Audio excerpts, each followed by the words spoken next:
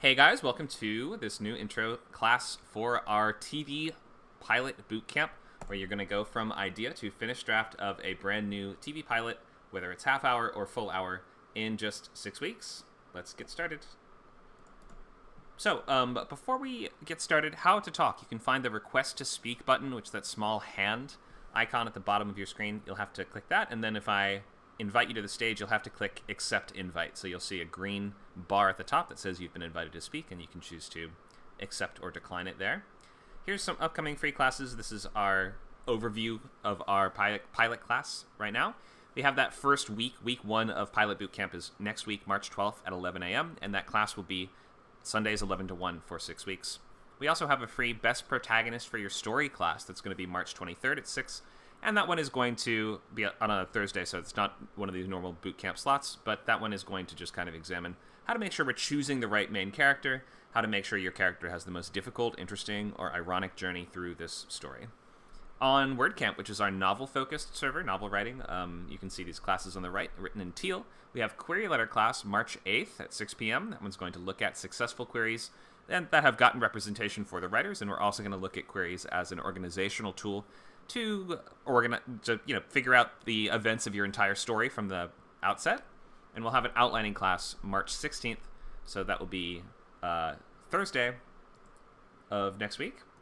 And that one is going to be looking at very broad strokes, how to figure out what happens in your novel, with the plan to figure out a roadmap for every chapter of your story.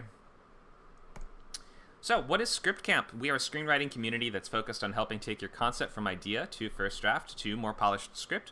We have lots of free classes like this one that you're in now, events and workshops. We have some classes for our supporting members, which include things like later classes in the bootcamp, so every class after this one in the bootcamp. Writer's Lab, which is Saturdays. It's like office hours that you can come with any questions that you have or any work that you have in progress that you want feedback on. And Advanced Lab and many other member-exclusive benefits. We have free and low-cost classes to help you reach your life goals, and you can see all our different servers here, which teach many different skills, and our community is centered on these different skills. From filmmaking to animation, novel writing, language learning, graphic design, and coding and programming. We have a server for pretty much whatever you could be into. Maybe someday we'll have a server for cooking or martial arts or something, but we're expanding all the time, adding new classes constantly. Here's a summary of these upcoming sessions. So Feature Bootcamp already started. That's Fridays at 6. We have Novel Bootcamp that already started as well. That's Saturdays at 12. And it's not too late to join either of those. And this is the Pilot Bootcamp that is technically starting next week, but this is an overview class today. So we're hopefully going to hit all the major points of what to expect from this course, how to get ready to write your pilot, and we're going to be able to offer some early feedback on your ideas if you want to make sure this is something that would be viable for a course like this. So here's just a little about me. I've been writing full-length scripts for about 11 years. Moved to LA in 2015 with no connections, and I've written on Creepshow for the Shudder network. I have a thriller script set up, a feature set up in town as well, and I teach the boot camps and weekly writers' labs. So I am a TV writer. I'm not actually written on like a staff-based show before with like everyone in the same room, because the shows I've worked on have mostly been anthology style, so everyone's very separate from each other. So I don't have as much advanced technical knowledge about how writers' rooms work. We have other guest teachers that we brought in before who have like worked as assistants in the room and things like that, which will be able to give you a much more comprehensive view of the how to be a staffed writer kind of pathway. But for me, I know a lot about just writing the pilots themselves, having written countless numbers of these things. So check out our other servers if you want to say hi, but this one that you're in now, ScriptCamp, is all about screenwriting and TV writing. This is our biggest and most popular community, so we would love to see you guys in our other classes and workshops here. You can become a supporting member, get access to everything that we do, all boot camps, all labs, from $29 a month with the yearly discount. You can volunteer if you know a skill or language you'd like to teach. You can contact me or Nacho, and tell your friends, refer somebody, and you will both get a free month of Unlimited plus a free month of Arc Studio Pro, which is a great screenwriting software. And Nacho has left a bunch of links in the chat, so you can just click those green buttons and join those different servers centered on those different skills. All right, so we have a question in the chat. What are the big differences screenwriting in film versus TV? Why don't I just take that question now? Sure. So writing for movies and TV is a bit different in the sense mostly that TV is much more collaborative. There's many more people on a staff. there can be any number of people on a staff, and on some prestige type shows, there's just one or two people writing the show. If we're writing something like Fargo or True Detective, there's only one or two writers, and those are going to be rarer cases. Most of the time, it's going to be a staff of 6 to 12 writers that are involved, sometimes more for big late night shows or for big ensemble comedies or things like that. They all get in a room together and they all hash out the scripts, and they're all under the sort of command of the showrunner, who is the head of both production and head of writing.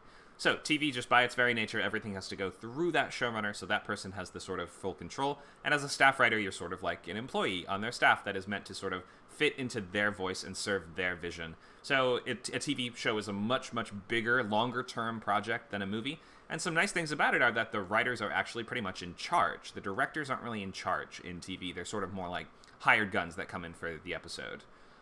Whereas in features, the directors are pretty much like the head. They're not the executive producer, but they have a lot more direct control, and they get to, kind of make whatever changes they want to the script for the most part. Unless you're doing a big sort of corporate like Marvel movie or something like that, in which point the directors are sort of a little bit more forced to fit into the vision of what that big feature is going to be. In any case, so yeah, in TV, the writers are more in charge, but as a writer, you are answerable to a sort of hierarchy of producers. You have a lot more bosses in TV, basically. TV takes, it has one season a year, usually. Some very rare exceptions to that, but you're going to be more consistently working if you're writing for TV, as opposed to a feature where it's like you sell one, then you don't know how long it could possibly be till you sell another. So TV is more consistent work. There's a lot of shows being made nowadays, and so there's more sort of openings for this than ever. Whereas the features have gotten a lot smaller, and the feature market, they just don't make as many feature films as they used to. So those are just some of the basic differences in terms of writing for film or TV. A lot of people do both, and a lot of people also will write something else like books or plays or web series or stand-up or something like that as well. All right, let's continue here.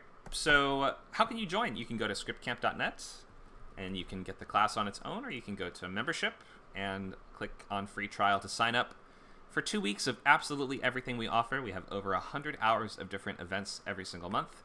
You will get other benefits with membership, like big discounts off consultations and proofreads. You get these things called script coins as well, which you can use to purchase things like a table read for your script, where a bunch of people will come together, read your script, and give you feedback on it.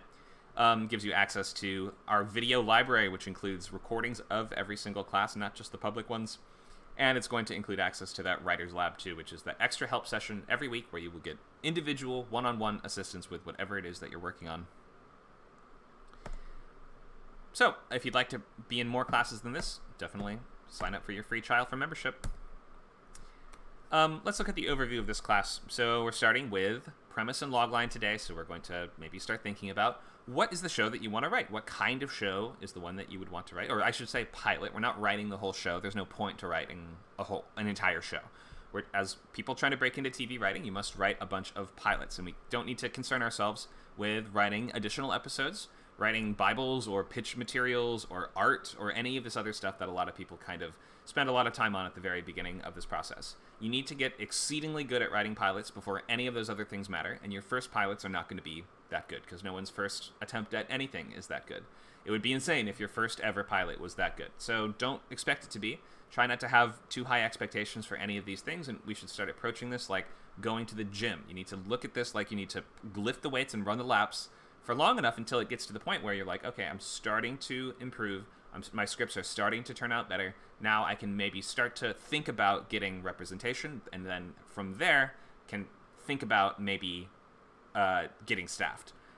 So we shouldn't be worrying about, what is the season 3 plan for my show right off the bat, especially if you've never written a show before.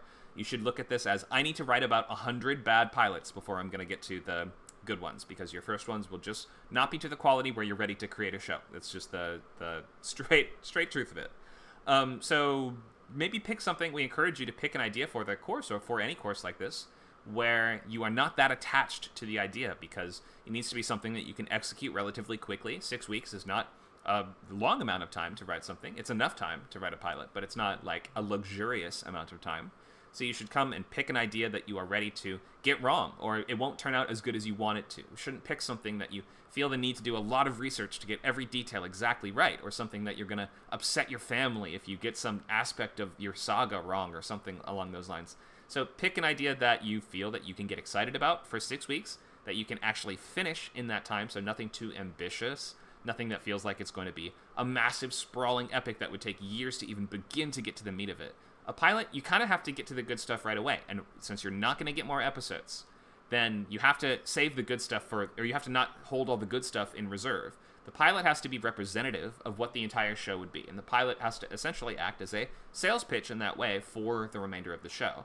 So I see so many scripts, so many pilot scripts that aspiring writers are writing where, imagine if it was like Breaking Bad, and at the end of the episode, Walt and Jesse team up. And then the writer will say something like, well, yeah, but the rest of the show is going to be them teamed up. Wrong. Not right. Huge mistake. Don't do that. You need to actually, if there's a central team up, or if there's a central hook for your show, if the show is about people going off to war, well, the first episode better not be all them in boot camp. I know that you have seen some war shows like that, like Band of Brothers, for instance, and if Steven Spielberg is your producer, then you can kind of probably make that work. But if you don't, then your first episode needs to represent what the show will be. And if the show is not going to be all of the people in boot camp, then they need to go to war in the first episode. If this is about people getting superpowers, they should not get superpowers at the end of the first episode. If this is about people falling in love, they shouldn't meet at the end of the first episode. They should meet probably no more than the middle. So don't be kicking your central premise into gear more than halfway through the episode with the expectation, that the later episodes will pick up that slack or will be able to fill in those gaps. You're not going to get more episodes. So don't hold things in reserve. Put the good stuff up front. Give us think of it almost like a short film that feels like it could be kind of open-ended and could go places afterwards. But just remember, you're not going to probably nail it your first couple tries. So don't make plans that are too big. I know TV is tempting to start thinking like, well, how would this be a whole show? And the tricky thing about pilot writing is that it has to feel like it could be a show, but these are just like auditions, basically. You're trying to just write these as samples. And it takes a very long time to get good at writing those samples to the point where somebody will read that and say, wow, that really stands out. That has a really unique, interesting voice. Now I might want to meet and represent that person professionally. So hopefully we can clear out all of those expectations of how do I sell my show? How do I possibly get this thing to the air? What's my season 4 going to be like? And we have to just focus on the pilot. And kick the cool stuff into gear no more than halfway through the pilot, because you're not going to get more time to show it to us later. This is all you get. This is your time in the spotlight, and if somebody's reading you, then they're going to want to see whatever it is that you're promising in those pages that you've given them. Hope that's clear. All right, we have consultations and evaluations available on the site if you're interested in such things. Normally, I'm not giving a full set of notes to every member of the bootcamp. There would just be way too many. It would be not possible to do. Although I started out trying to do that when we first got going, and then it turned out I could not actually give full notes to every single person. So you can go to the website and you can buy a logline consultation, story development sessions, first chapter or first page evaluations, things like that. So check that out, scriptcamp.net/coverage, if you just want to purchase a professional evaluation of your work that comes with notes and a call that explains the major points and also answers all your questions.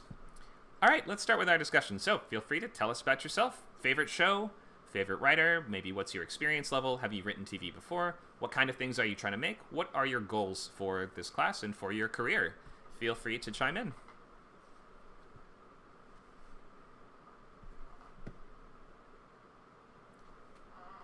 You can either type in the chat or you can raise your hand and I will bring you up. We also might have folks watching on our streaming places like YouTube, Twitch, Twitter, Facebook. Hello, everyone there. You can still comment, and we should still be able to see those comments if you'd like to participate. But if you are watching on one of those sites, you should come join us on Discord, because then you can talk on the mic, participate in all of our different channels, and it's just a great time. All right. Zach has requested to speak. Come on, Zach.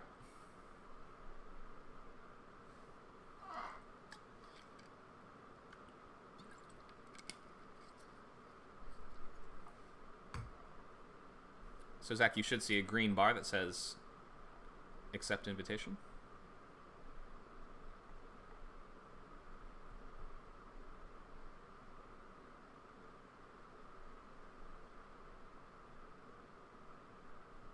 Maybe not.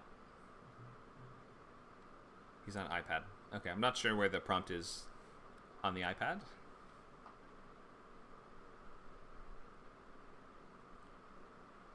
Should look similar to that. Yeah, thank you, Nacho. Let me read a couple of these other ones. UE Alpha tells us his favorite current shows are Breaking Bad, Insecure, Bel-Air, and Atlanta. Awesome. Becky says, I'm trained in screenwriting, but I also write kids' novels. That's great. Yep, she's in our novel writing bootcamp as well. I'm from the UK, and I'm aiming to write a comedy for the BBC as part of a writer's room scheme they're offering for disabled writers. Interesting. We don't really have too much stuff like that in the US. Anyone else? Changeling says, not his work, but Dan Povenmire is someone who's very inspirational with how he rewards his audience. Interesting. I don't know. I'm not familiar with his shows. Feel free to tell us what shows he's written.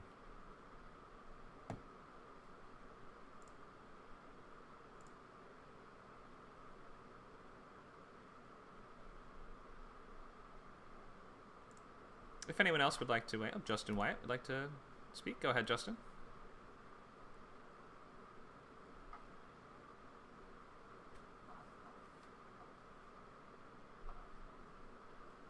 Hey, can you hear me okay?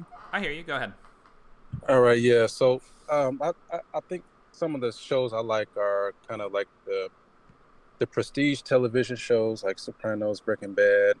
I've been watching The Boys recently, which has really good character development despite it being like a superhero show, but it has really, really great emotional arcs for the characters. And I think I don't have any personal writing experience at all, and I'm kind of starting from scratch.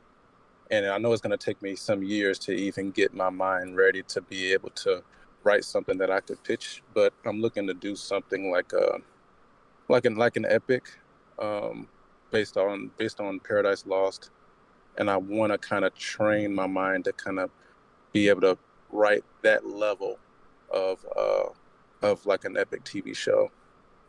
It's not necessarily historical because it's based off a poem in the early 1600s by Milton, but it's kind of like one of the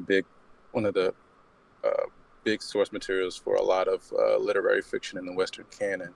And I just kind of wanted to get some of your advice on that. Like, I'm reading a lot of novels and ancient history, and even some of the lost books of the Bible and things like that. But I'm trying to get to that point, and I know it'll be a few years from now.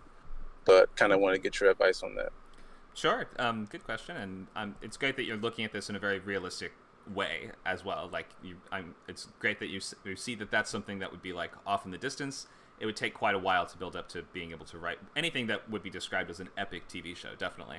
Right. And my goal is not really to be a writer necessarily. I have ideas for some things, but my goal is to be a producer.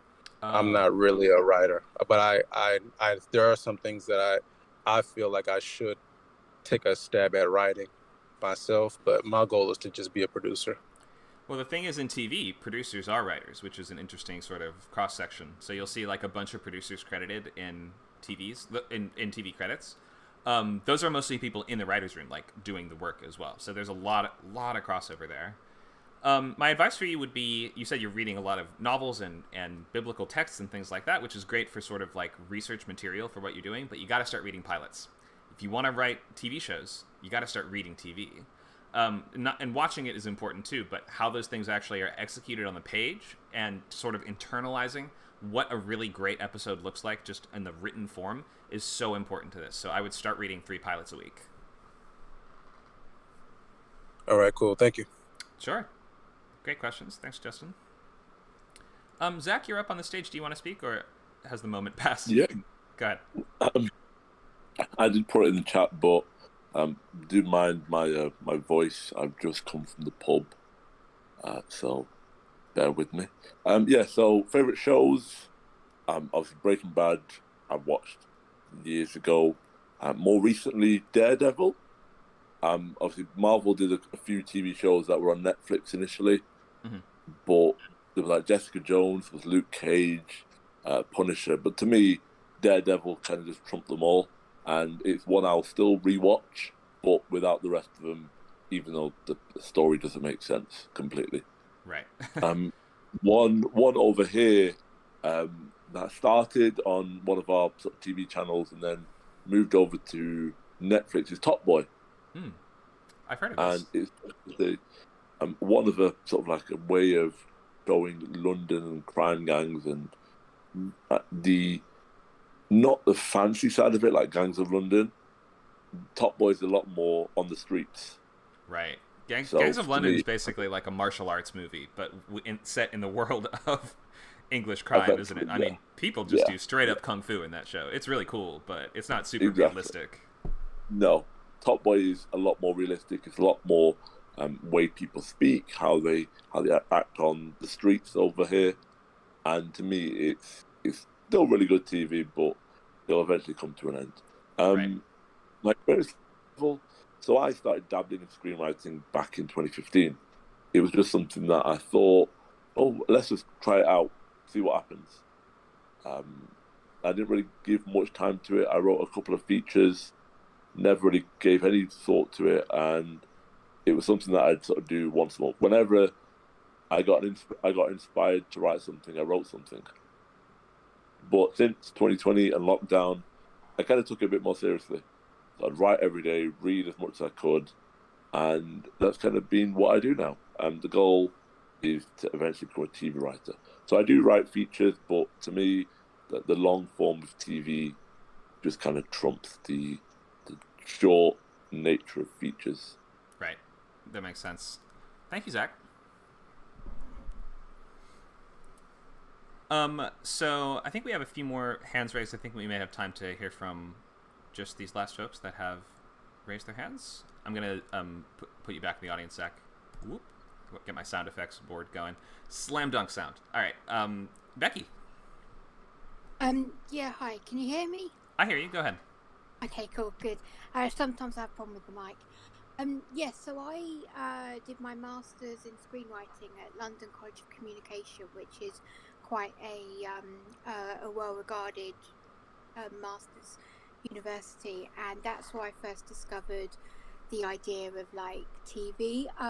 So I always was a screenwriter. I wanted to do films. I was obsessed with films. I wanted to be a writer director, but I got disillusioned when I was doing my master's because the problem with features is that if you want to go mainstream, it's pretty much all adaptations, sequels, remakes. It's really hard to get an original concept through unless you're going for like horror or specific genres like that. Yes. And so the reason I then went into children's fiction was because that was what my tutor represented. So that's why I went into the novels. But I've never been willing to fully give up on screenwriting, and I'm kind of inspired by people like Neil Gaiman, who write novels and also do screenplays. So I'm relatively new, although I consider myself experienced in writing and story in general. I'm relatively new to the idea of writing for TV because I'd never really considered it as an option, but it feels like there's a lot more opportunities for original work in TV, like there is in novels, than there is in feature screenplays. So I'm excited to. I had a little bit of experience on my master's, but I didn't really focus on it because I had no interest in it. But I think Netflix has really brought TV to, a new level. So, yeah. Great, thank you, Becky. And yeah, you're right. The feature world right now is kind of a mess. It might recover, it might change moving forward, but especially in comedy. I have friends who pitch feature comedies all the time, and all they get to pitch on these days are movies based on board games, candies, or like food products. Like, imagine, like, how am I supposed to make a movie about a Twix? Like, what are you talking about? Yeah. So that's where the feature market is. You get films like the Emoji Movie, so Yep. Just it's all about this. We've sort of stratified between. We've lost the mid-budget feature recently, and it's changed to more of a division between only really, really high budget, like very corporate, very controlled features. Or on the other end, we do. It's not to say that small budget original movies are gone, but there are less of them. They're harder to make, and they're mostly going to be driven by more writer directors who are able to make the movie themselves and maybe get it onto a festival circuit or something like that. Or you're right. Also, horror thriller is also just very sort of always open and very low barrier of entry. Thanks, Becky.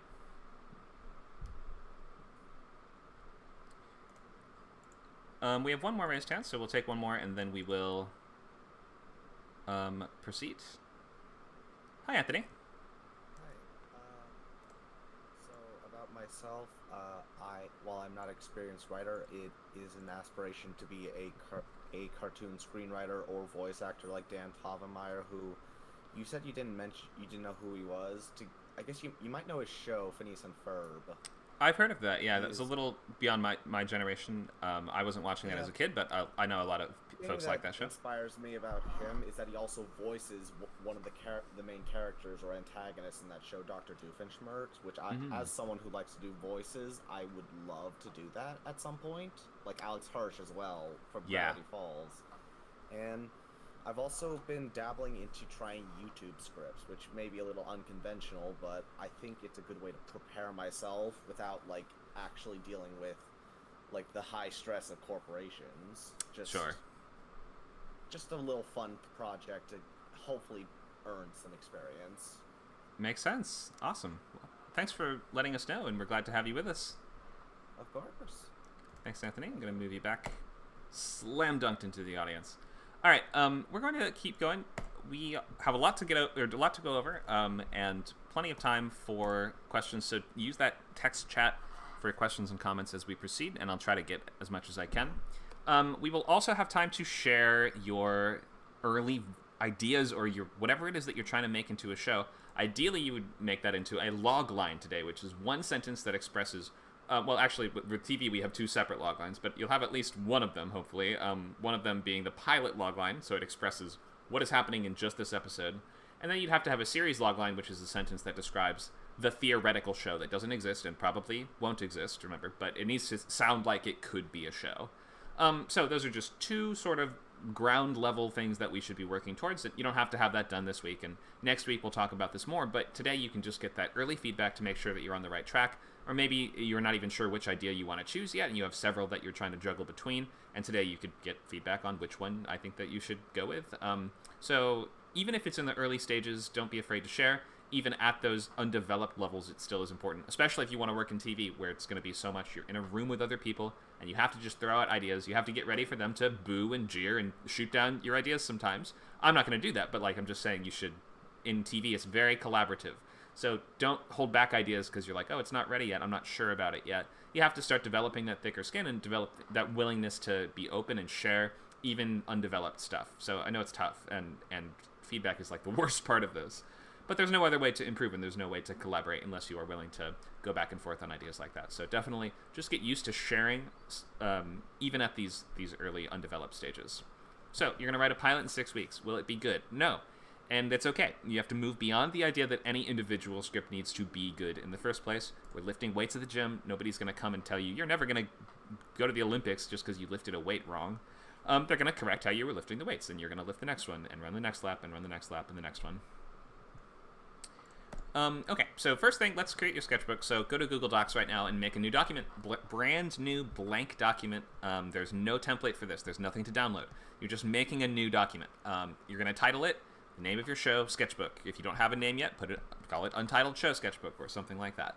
At the top of the document, you need to add a couple things. You don't need to have the answers to these things yet, but we're going to try to fill in these blanks. Try to fill this in today if you can. There's just some questions that we need to answer and some gaps that we need to fill in.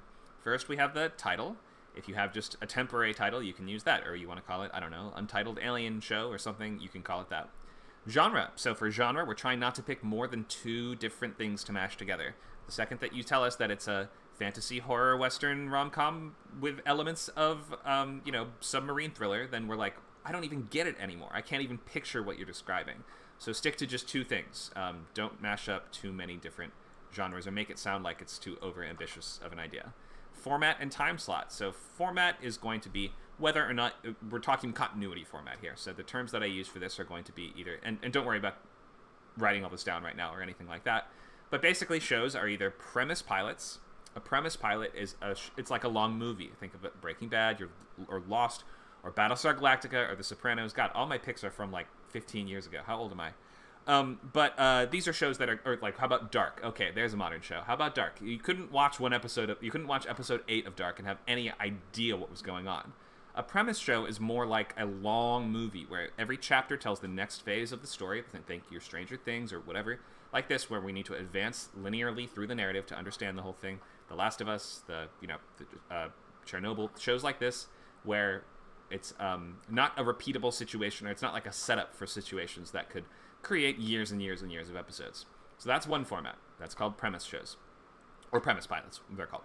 Then on the other end, I don't know if there's an official name for these, but I just call them status quo shows. Status quo meaning the way things were. It means that everything resets every week. Imagine like a cartoon or a sitcom, or in terms of drama, procedurals like Law and Order or CSI, or things like this where it's like you don't really have to watch them in order. It's a self-contained thing of the week show. So status quo, otherwise known as thing of the week shows. Or like Doctor Who or any of these. Like you can find examples of this in any genre. Even in drama. And so you got to decide whether your show is doing one or the other, because a premise show has to end totally differently from a status quo show. A status quo show is going to wrap everything up by the end of the pilot. And like we understand, that conflict has been finished and settled and is now done with. And next week and the week after and the week after, you're going to see similar conflicts, not necessarily continuing the same storylines. There are no threads left hanging. Whereas premise shows, you have to leave questions unanswered, bad guys undefeated, and there needs to be like road for your character to keep going and keep changing over time. So it's going to more like show the first very small part of their gradual change. Your character doesn't have to be radically different by the end in the way that they usually do in a feature by the end of a premise pilot. TV shows are about this very gradual change over time. So think of maybe what is a small way that my character begins their journey of change in that premise pilot, and make sure to leave those threads hanging, questions unanswered, villains undefeated.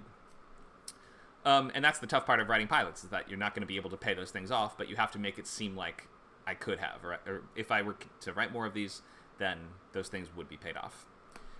Next, we have comps. Comps are comparable titles to yours. Those are going to be two other shows that you're going to pick to illustrate what you're going for with yours. So if you're going to do something like a post-apocalyptic show, for instance, let's just use that as our example, and it starts coming out really wacky and weird and bizarre and funny, but your comps were The Road and The Last of Us, then we're going to be like, what are you talking about? It doesn't match your comps at all. You would probably want to pick something like Fallout as one of your comps, which is not a show. It's a video game series. It will be a show soon. But in any case, you should make sure that your comps are creating the right mental picture of what it is that you're trying to create. So if you make sure they're the correct tone. So if one of your comps is funny, then we're suggesting there is humor in the show. If one of your comps has supernatural elements in it, we're going to assume that, okay, you're saying your show has something supernatural involved. You might think of this as the world of the first show with the style or approach of the second show. It doesn't always map one-to-one exactly like that, but that might help you. So think of something like, okay, I want to do a cop drama, but the cop is a psychic. Then you might choose, okay, it's going to be like NYPD Blue meets Medium, or something like that, right? Where we're saying it's the world of cops, but with this twist, or with this, my own personal take on it is this second thing. It's going to involve magic powers. So you can think of it that way. That might be helpful, but just make sure at least one of your comps is a TV show. One of them can be something else. One of them can be a movie or a video game or a play or something like that if you really want, or a book, as long as people know it. You don't earn bonus points by no one knowing what your comps are. In fact, you only lose points. So ideally pick something that you think people will know. It's not a good place to show off or to pick something obscure that you're like, that's the only thing that illustrates the exact nuance of tone I'm going for. You should pick something that more people will know that also has that tone, if you can. Okay, so let me check the chat for questions really quick. There's a couple questions here. First question, if the plot format repeats but the story itself goes forward, where does it go, i.e. Lucifer? Okay, or, I think we see some sort of like hybrids like this sometimes where it's like a thing of the week show, but there is slow development of the plot over time. That's kind of like or like Supernatural is another show that sort of does this, where it's like monster of the week, but there is a grander overall story. For the most part, you're going to write those pilots as if it was a status quo show. So You might include a couple things unresolved or a sense that your characters might need to make some kind of larger journey, but it's not going to be the focus. And the importance in a show like this is if your show has a thing of the week type element, make sure you resolve the thing of the week. It shouldn't feel like, if it feels like the thing of the week is unresolved, it will no longer feel like a status quo show. So focus on delivering a satisfying beginning, middle, and end story, and don't worry about where it's going to go. As long as it feels like it is going somewhere, you're in good shape, probably. All right. Question from Becky, who says, what about shows that are kind of like Monster of the... Oh, I think that's the same question that I just answered. Or like a detective show, but we're following the same characters, but we see their slow growth. Yeah, approach it like a status quo pilot. Pollock asks, do we post the sketchbook on here? No, you never need to share the sketchbook. That's for you. If there's something in it that you want to get somebody to look at, then you can share it, and that's why Google Docs is probably the best site to be using for this. It's very easy to share in Google Docs and to collaborate on them and things like that. So you never actually need to share that, but if you choose to, you are free to. Here's another question. Is noir/gritty with light humor elements too specific? Yeah, you probably want to just pick two things to say that we are combining together. So if you're talking about comps, you're going to want to pick one comp that is sort of gritty noir type stuff, maybe True Detective or something like that. And then your second comp should be the one that implies, okay, but this is the variation on that. It's like True Detective meets Brooklyn Nine-Nine. Oh, okay, so this is like a buddy cop comedy in the world of sort of serious crime solving. I could sort of start to see that. Pollock asks, are we going to go over the logline? Yeah, later in the class we'll have an opportunity to share the early versions of your loglines and to get feedback on them to make sure that you're on the right track for the class moving forward. I'll let you know when we're to that point. It will be in about 20-30 minutes. So to that end, you should be have your sketchbook open and be working on it all throughout class, writing down ideas, character names, like try to build out your cast, trying to figure out what is it that I'm trying to make, because you need to know, first of all, what am I trying to do? What is the tone I'm going for? What is the subject matter I'm going for? If you don't have anything, you're just like, it will be a show about a gardener. That's a starting point. We can start there, but you got to start with something. So just write things down. You can include links or pictures or videos or anything like that which you think might be useful or illustrative in some way.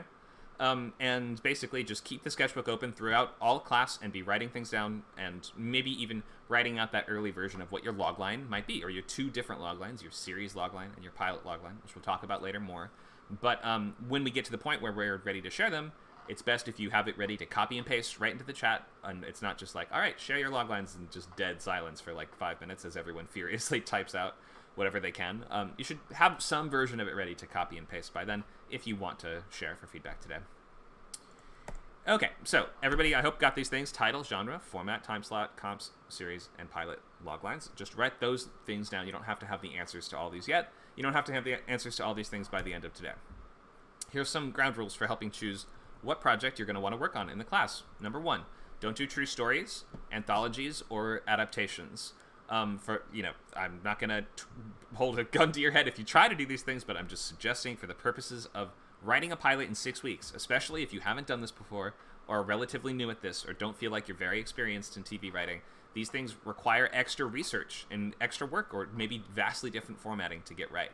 Like, the same goes for historicals, where if you're writing a historical show, I recommend you do that if you already have some kind of background or have done a lot of research or groundwork already in that era, or maybe all you watch is like Regency era romance dramas or something like that. So then you feel that you have that really strong basis in that era, but just 6 weeks is not a great amount of time to do the research phase and then the pre-writing phase and then the outlining and then the scene cards and then writing a 3-act show.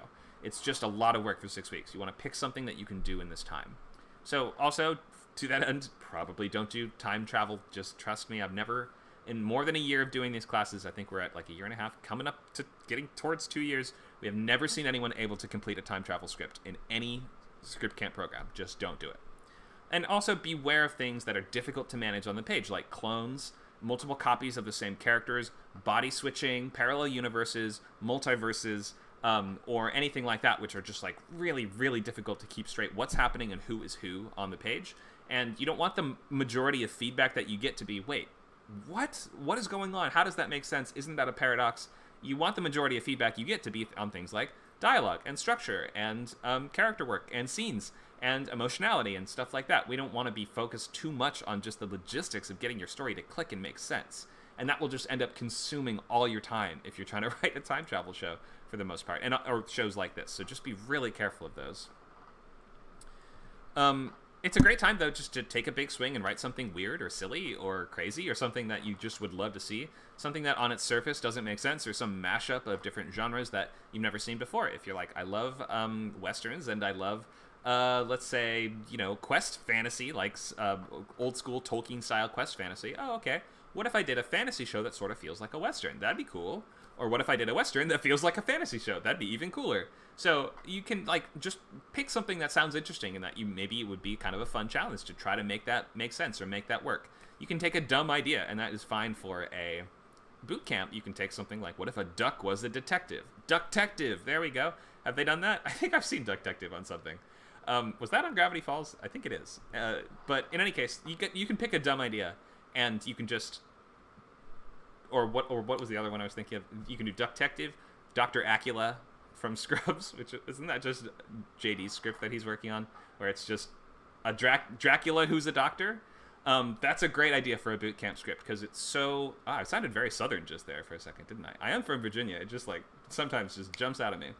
Anyway, but so hopefully that'll make sense. Pick something fun. Pick something that will keep you excited and that you want to work on after 5 weeks of staring at it. I mean, it's not the easiest thing to keep yourself motivated and engaged throughout the process of writing, especially if we're doing it on such a condensed time frame like this. So pick something fun.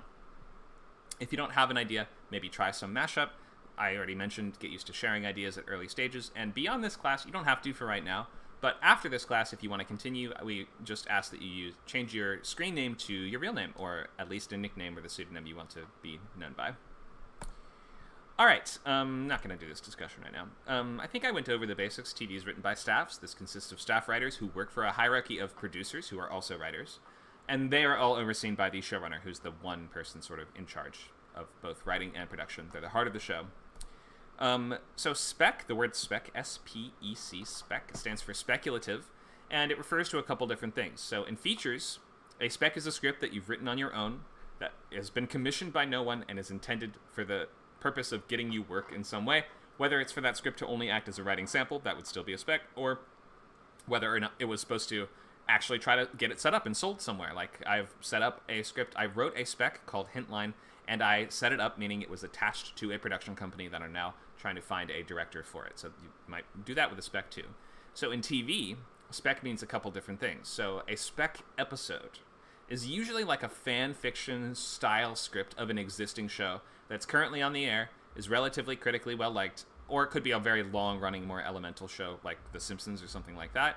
But if you are writing a spec of The Simpsons, you have to kind of really nail it. Or it might be an up-and-coming show usually, and it's like 2nd to 4th season. These are not needed very much nowadays. You don't often find that many uses for spec episodes in TV. For the most part, in this current landscape, you should be writing original pilots, because that's what showrunners are looking at in terms of staffing. They want to find people who can craft the fundamentals of things like character and scenes and things like that, all without having any source material to rely on. So pilots are absolutely essential if you want to be working as a TV writer today. That is sometimes called a spec pilot, but usually they're just called pilots. So an original first episode of a theoretical series that does not exist and probably will never exist. You're going to use that as a writing sample to get reads and meetings and to enter contests and fellowships. Getting staffed. So there's a couple ways to get staffed. One track is by working through the assistant route, which means you have to usually be in LA. You have to spend years working your way up through different assistant jobs. We're going to start as an office PA, office production assistant. Maybe eventually, after a few years of that, can move to being writer's PA, and which is not the writer's assistant. That's higher ranking than writer's PA. And after long enough as writer's PA, maybe you can get writer's assistant, which are some of the most coveted and difficult jobs to get in the entire industry. And then from there, you will eventually perhaps be able to move up to showrunner's assistant, and from there might be offered an episode, and if you really nail that, then they might offer you a position on staff. So that's one track to go, and I have friends who have done this. I didn't go this way at all. The other track is by just get obscenely good at writing, first of all, pilots too, of course, as well as other things like plays and stand-up and books and web shows, features, or something else, just to build out your portfolio and to get attention and to stand out and to show I have a unique an interesting voice that the world should hear in some way. I have some perspective to bring to things. I have a great and evocative and lyrical use of words. I have original ideas that people have never seen before, but I also know what people expect, and I know what they want, and I can execute those things. Like, you're trying to show this off about yourself, and then from there on, I mean, that's going to take a few years to get there. From that point, you're going to have to start networking and getting meetings. So you're going to have to get a manager through networking, yes. Also contests, accolades, and fellowships and retreats and things like that, if you can get into those. Next, you want to, I say next like that's easy. That takes a long time. It takes most people 10 years for that first step. Next step, have your manager submit your portfolio during staffing season. So you have to develop a pilot with them probably that they are proud of and ready to actually put their name behind and take out and send to showrunners, at which point you then have to have your pilot chosen of all the samples they're reading, and then they'll choose to meet with you. Then you nail those staffing meetings, which are another sort of hurdle to jump over. And if you really kill it in those meetings and you feel like somebody who not only brings the skill sets they want to the show, the relevant perspective and experience they want to the show, but also on top of that, you feel like somebody that they will be comfortable and excited about spending 12-hour days in the room with for months, then you will perhaps be offered a role on staff. It's not easy to become a TV writer. Hopefully we're seeing that this is not a casual thing you can do. This is something you have to, if you want to actually go down this route, you cannot do this as a hobby. This is something you have to devote a significant proportion of your life to. There's no getting around it. Unless maybe you write an absolute smash best hit selling book or something like that, or like a huge comic book, or like you make something else extremely successful. It's possible to get TV jobs through that, or maybe create, co-creator credits on shows or things along those lines. But for the most part, if you want to do this, you have to be prepared and ready and excited to spend years grinding at this, many, many years, a significant portion of your life. So just be prepared for that. This is not, I mean, you can do this as a hobby. You can learn this for fun, but you're not going to succeed at this if you approach it only as a hobby. Okay, but then again, if you don't have to succeed, you don't have to be a professional TV writer, you don't have to be a professional screenwriter. If you just think it would be fun and cool to learn to do this, that's also fine. But just don't think that your hobby show will get made. So what does it mean to be good in a room? So that means social skills, absolutely essential. Which is not to say that everyone in Hollywood always has the best social skills, but this is an extremely social form of writing. It's not something you do just all in your secluded attic by yourself, with your shades drawn and your like vampire paleness to your skin as you hunch over the keys. This is something you're doing in rooms with other people, talking a lot, being kind, respectful, and open to new ideas, and you're not going to shoot people's ideas down just because you're like, that's dumb. I mean, sometimes you will hear stuff like that from the more experienced writers, and different rooms build their own camaraderie in different ways. Sometimes the fun of it might sort of be you have the one guy that's always like, boo, on every idea, and that might just be part of how the room works. But generally, you should try to be the most personable, kind, respectful, easy to work with person you can possibly be, who's good at receiving notes gracefully and doesn't take them too personally and doesn't get upset at people for giving you notes that you don't like to hear. You're also getting good at giving notes, so you should try to be practicing your script analysis skills too, and we should be ideally taking Nacho's script analysis classes when they get started soon. But you need to be reading constantly. You need to be reading not only successful shows that have done really well, but shows that you've never seen before, or shows that had never got made, or shows that are bad. Like, you need to read all kinds of scripts to get that broad perspective on what good writing looks and feels like, and to really start to internalize it. I recommend you read 3 scripts a week. It's not hard to read a half-hour script. It's only 30 pages. You can definitely read more if you wanted to, but 3 is, I think, a good starting point.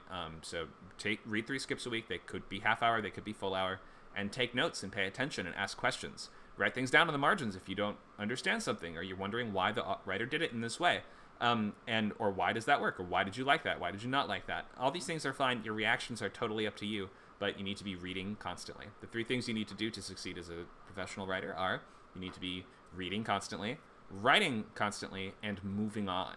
That skill of moving on is something a lot of people don't think of as a skill, but in order to succeed in screenwriting and TV writing, you have to practice moving on from stuff and distancing yourself from your ideas and saying, either A, I've done all I can on that, and now I have to sort of just let it be, or you might say, that didn't work, and now I'm going to move to the next thing. Or you might say, I think I nailed that. I didn't get into any contests. I didn't get any results from that. Should I continue? Yes, the answer is, of course, you should continue. You need to be able to move on past the disappointments and past the constant failure and the constant, smashing up against into the brick wall feeling of doing this. I'm really not painting the most fun picture of the semi. Well, that's because this is not super fun at points, and we need to be able to continue with this past the point where it is fun. Because if you're just doing this because it is fun, then it's a hobby. So if you are gonna break through that wall eventually, you have to numb yourself to smashing up against it, meaning get good at moving on. Just approach this as I'm improving my skills, I'm lifting the weights, I'm running the laps, and just be nice. Try not to annoy people. Take notes, try to take notes well, don't argue. So yeah, I think I pretty much covered all the doom and gloom. Basically, this is the conclusion of all of this. You should look at this as you're trying to build a road out of bricks, right? And a master bricklayer doesn't care whether any one individual brick is a masterpiece or even all that good as they're learning. You have a road to build, so get going on the next one. And that's how we do it in the boot camps. All right, so logline is the first thing we're going to talk about and work on. So we're going to try to, next week, we'll try to finalize these. But today we can look at the early versions of your loglines and try to shape this into something that seems like it could be a viable pilot. So we go from, no matter what we're writing, we use the same process. Logline, sketchbook, story beats, scene cards, go to pages. When we say go to pages, we mean you actually stop outlining and pre-writing and you move to actually executing these things on the page. So you don't actually need to download screenwriting software at all until step 5 of 5. So don't feel like you need to do that now. We don't need to rush into this. You don't need to start pages right away. We're doing a lot of planning beforehand. We're figuring out what happens on every page of the story before we begin. Because by doing that, you're going to make it so much easier for yourself to actually execute these things on the page. By separating that process of figuring out what happens from the process of executing it, you are going to save yourself a lot of headache when you actually go to the page stage of this. So we start with logline. We go to sketchbook, which you should have already made and should already have open and should already be filling up with all your pictures and links and videos and all these things that might just inform or inspire your writing, ideas for your characters, scenes, dialogue, snippets, the ending of the pilot maybe. Maybe you're not sure what the entry point should be, so you have a few different ideas of different scenarios that could kind of be the pilot of a status quo show. Or maybe you just aren't sure about any of these things yet, and you're just gathering and collecting ideas. This is all fine, but that all goes in the sketchbook. We don't want to find that on different sticky notes in all the different drawers of your house. Third, we go to story beats. That's going to be a full, well, not, sorry, I shouldn't say full. It is an incomplete picture of the entire story in that it is the major scenes in a list in the proper order that they should go in, and they're going to be listed each under their proper structural heading, so we know this is in Act 1, this is in Act 2, this is in Act 3, etc. We know what the midpoint is, we're going to know what that all is lost moment is, all that structural stuff that we're not actually getting into today, but in the coming weeks we will touch on more of how to actually plot a episode, or a pilot episode. We expand that rough outline into the scene cards, which is a comprehensive list of every single scene in the pilot, and it's going to include also your estimates of which pages those scenes are going to take place on. So we're going to know this is intended to be page 1. This scene is going to be pages 2 to 3. So you're going to do that extreme version of planning so that we are able to assess your pacing. It's not necessarily going to lock you into your outline. You still will have room, of course, to change things and come up with new ideas on the fly, and maybe some things you're only going to be able to really solve. Some problems you're only going to be able to really solve once you're actually writing the script. It's possible, but when you can, you want to get good at executing the outline that you've written. So when you're working professionally, you don't want to deliver something different than what was in the outline. So you want to at least work towards the skill of, over time, it might take a while, but work towards the skill of being able to execute the outlines that you write and not change way too much about them. Or if you do, then it may require you to stop and re-outline before proceeding. But everyone works differently, so you'll figure out what works for you. And that's largely what courses like this are good for. They're about figuring out your process, what works for you, and the best ways for you to get this stuff done.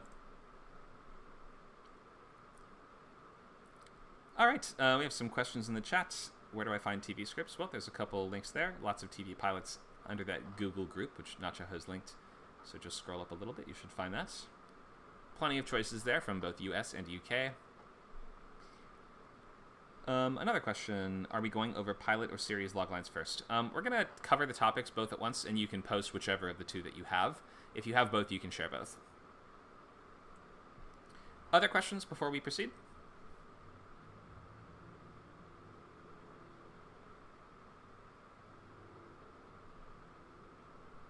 Looks like Michelle has a question.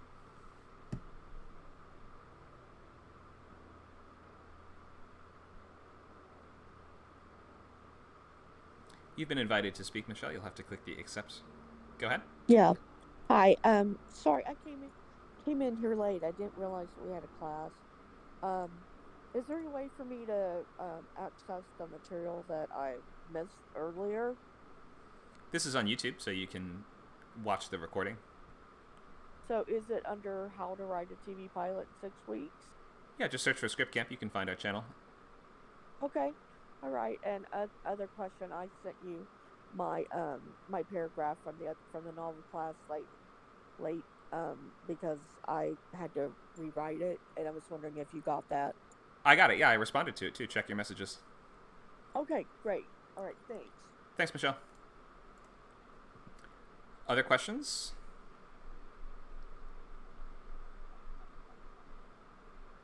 So let's not post log lines just yet, because we have a couple more slides to go over first, and I'll kind of lose track of them if we post them all now. So if we have no more questions, let's keep going with a few more slides.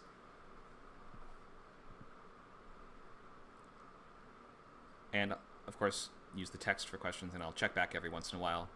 Make sure we haven't missed anything. Okay, let's go on to our next slides here. So what's a log line? This is the central conflict for your show that is distilled down into 2 sentences, really, but we have 2 separate log lines for TV, right? So it implies the visual action that we'll be watching people do. We want to know what is the so thinking of the pilot logline, we want to know what is the inciting incident, what is the event that kicks off the story. We want to know who's the main character, who is this about, who is the main protagonist, what do they want, what's in their way, what happens if they fail. So that's pilot logline. We'll also talk series logline. So let's look at the difference.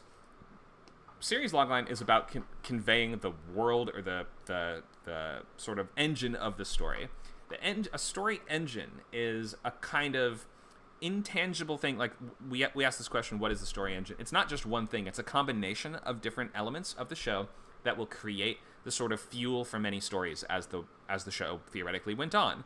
So a story engine is going to be some combination of character dynamics, the setup of your world, who your characters are, what their relationships are to each other, the conflict that's going to be driving the show forward. So if it feels like everything is resolved, everything's done at the end of the pilot, there couldn't possibly be any more problems after this, then we might be left wondering, okay, what's the engine? What is going to be driving the show forward after this? So engine is something that's really apparent when it's not there. Don't worry about listing out, this is my story engine, but it should be just, I guess, in the feedback that you're getting, it should be clear. You should be hearing from your readers that they get what the engine is. So the series logline is going to be more about conveying unique character, situation, and story world, and clarifying what that engine is, whereas the pilot logline is going to be more like a movie logline, and it looks like this. Is sort of like, what's the inciting incident, who's the protagonist, what specific goal are they trying to accomplish in this episode, and what is standing in their way, what is the obstacle. We'll look at some examples for both, but this is the pilot logline template that you might start with. When or after, inciting incident, an adjective protagonist must conflict before stakes. Which is not to say that it always has to look exactly like this, but these are the major questions that we're going to be wondering. There's not really a similar format to this for series logline, so if you only want to work on one today, start with this. The series logline is going to just make it clear how this is a show, not just a single, little movie. Let's go a little more into this, and then we will share our loglines. I'll let you know when to post those. But I want to point out that Nacho has posted examples of loglines in the chat, so you can definitely take a look at those. We have things like let's look at the series logline for Mad Men here. Why don't I just bring it up?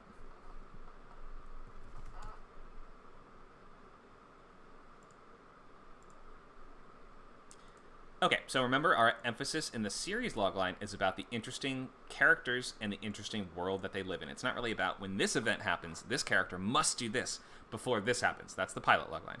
Series is going to be more like this. A mysterious but extremely talented ad executive at New York's most prestigious ad agency during the beginning of the 1960s battles his demons and struggles to stay at the top of the ultra-competitive advertising industry. Wow, we said ad like 4 times in that. So we probably want to avoid word repetition. I'm not sure if this came from IMDb or where it came from, but regardless of that, hopefully we can see interesting character, interesting world. And then the pilot might be something like, I don't remember exactly what what kicked off the pilot of Mad Men is, but we might say something like, when he gets a big promotion to the highest office at the agency, A struggling family man must come up with a pitch for cigarettes within 1 week. You know what I mean? Like, we're trying to be more specific and concrete in the pilot logline and say what happens in this episode. Whereas the series is more about, this is the world this takes place in. Does this make sense to everybody?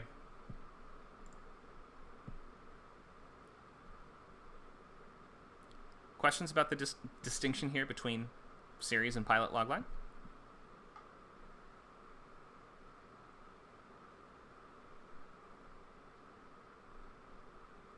No questions. Great. Okay. So a couple more slides. I went over Sketchbook already, so I don't think I'm going to touch any more on this. I'll just let you know there's no right or wrong way to do it. There's no wrong thing to include in in that Sketchbook. Let me see. Do I want to look ahead at structure stuff? I'm just going to bring this up. I'm not going to actually ask anyone to memorize this or to write this down or to do any work there, but like just look at this and maybe just start to understand this is what the structure for a pilot will kind of look like. We have 3 acts. In a half-hour show, those acts are pretty clear. It's going to be 10 pages, 10 pages, 10 pages, more or less. You know, we have up to 35 pages, basically. So a half-hour pilot is going to be 30 to 35 pages. An hour-long pilot, usually 60 to 65 pages. And that might be different between US and UK, and that might be different depending on... We have a lot of exceptions to this nowadays, I guess I should just say. But generally, this is considered to be how this works. This is the format. So you have to decide, am I going to write half-hour or full hour? What's the difference? Well, half hour's half as long. So if you're newer at this and don't know exactly what's involved, you're going to be incentivized to pick the shorter option because it's just less work to do in the same amount of time. You don't get more time for picking a longer show. Half hour is usually expected to be comedic shows or animated action-adventure type shows, but there's enough exceptions to that nowadays that we don't have to stick to that. You can write whatever you want as half hour or full hour. We've seen half hour drama. We've seen... The one thing that doesn't really exist, I'll point out here, is hour-long comedy. There's like any other possible combination of things except for hour-long comedy. When we see hour-long comedic shows, they're usually going to have comedic elements but be mixed with something like drama, or it might be a little bit more like action, like these hour-long superhero shows are sometimes a little more like action comedy, right? Or these shows like Shameless that are sort of more like hour-long dramedy, dark comedy kind of thing. We don't really see hour-long sitcoms, and the reasons for that, I can't exactly go into all of them, but I think that there would be a problem with the very premise of your show if what you're pitching is an hour-long sitcom. But then again, maybe there's some brilliant way to do that we've never ever seen or have never thought of before, so if you really want to try to do it, you can. I wouldn't recommend it, though. I recommend picking half hour or full hour and stick to the conventions that mostly exist. There's other formats. There are 15-minute web shows and animated shows like Adult Swim cartoons and things like that. If you really want to write one of those, you can. And then we have other exceptions like these 70-minute pilots, like something like these certain BBC shows that are more like a movie that essentially kicks off the show. And then we have other shows that have variable length like The Mandalorian and other newer streaming shows which are kind of in the Wild West of format. So just because those things exist doesn't necessarily mean we should pick one of those. If you aren't sure what else to do, go with either half hour or full hour. Here's just some examples of page counts and minute counts of how long these things are. You can see that normally the convention is a page a minute, but that doesn't always work, especially in TV. So here we see Broad City, 30-page pilot, 22-minute sitcom. So that's the thing, is that especially if your dialogue goes very quickly, your more pages are going to end up with less minutes than pages. I hope that sentence made sense. And then we'll take a quick look ahead to scene cards. You don't have to do this right now, but I just want to give you the overview of the whole course. We're going to work from that structure, or from the, we are going to figure out the main stuff that happens in the episode in your story beats. And then you're going to expand that into a full paragraph for every single scene with your best estimated page count of how many pages that scene would be. That's to help you stay on track throughout the writing of the show. It feels a lot more like writing than outlining, and this is where the heavy lifting really begins, is when we get to scene cards. But when you start pages, you're going to be rewarded for that because they will really fly a lot faster than you think. All right.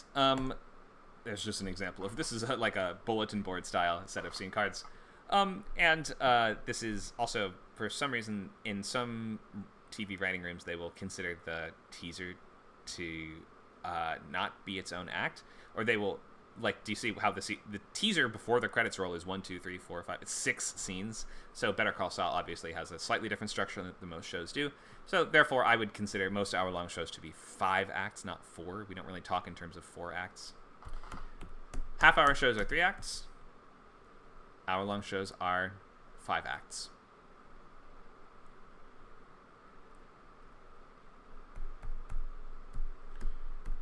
Okay, so then after we finish those scene cards, then after 3 weeks of this course, you'll be ready to go to pages, which means that you will be writing. If you're writing half hour, you'll be writing about 2 pages a day. If you're just writing on weekdays, so Monday, Tuesday, Wednesday, Thursday, Friday, 2 pages a day, it's very manageable. That's going to give you an act a week. If you're writing full hour, you're going to have to write about 4 pages a day. So that's going to be probably 2 or 3 scenes, and that's going to give you the, you'll still be done in time, but it's twice as much work to do, so choose carefully.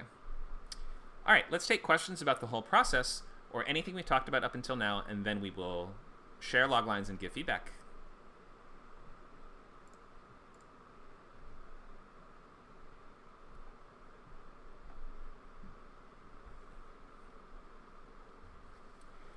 Anthony asks, remind me about scene cards. So you don't have to do this now, but scene cards are a full paragraph for every scene in your pilot. So you're going to be describing who's the principal character of the scene, what are they trying to accomplish, what gets in the way, things like that. How does it resolve? And we're going to use that to build out a map through your whole story. So you're going to know what happens in every scene before you start. We have a question from Michelle. Hi. So I have a story idea for two different dramas, and I'm having trouble coalescing them because I'm having trouble creating the exact characters that I want. But I know what I want my story idea to be, and is it possible for me to then begin, I guess, building my world and my story arc just from that? Because I have the ideas, but like I said, I'm having trouble, determining exactly who my main characters are. One is going to be an ensemble cast, and I'm not sure how to write that into a story into the overall log line for the series. I'm not sure exactly how to do that. I know what they want in the end, because it's about first responders. And so it's a drama show, and but I'm not sure exactly how to put that all down. Okay, yeah, today would be a fine day to get feedback on that. So if you maybe just write up whatever you have, like if you have an early version of this logline or just an incomplete version or something like that, and if you paste them in the chat, I can give feedback on it soon. Oh, that'd be great. Thank you. I appreciate that. Sure. Any other questions before we move to sharing loglines?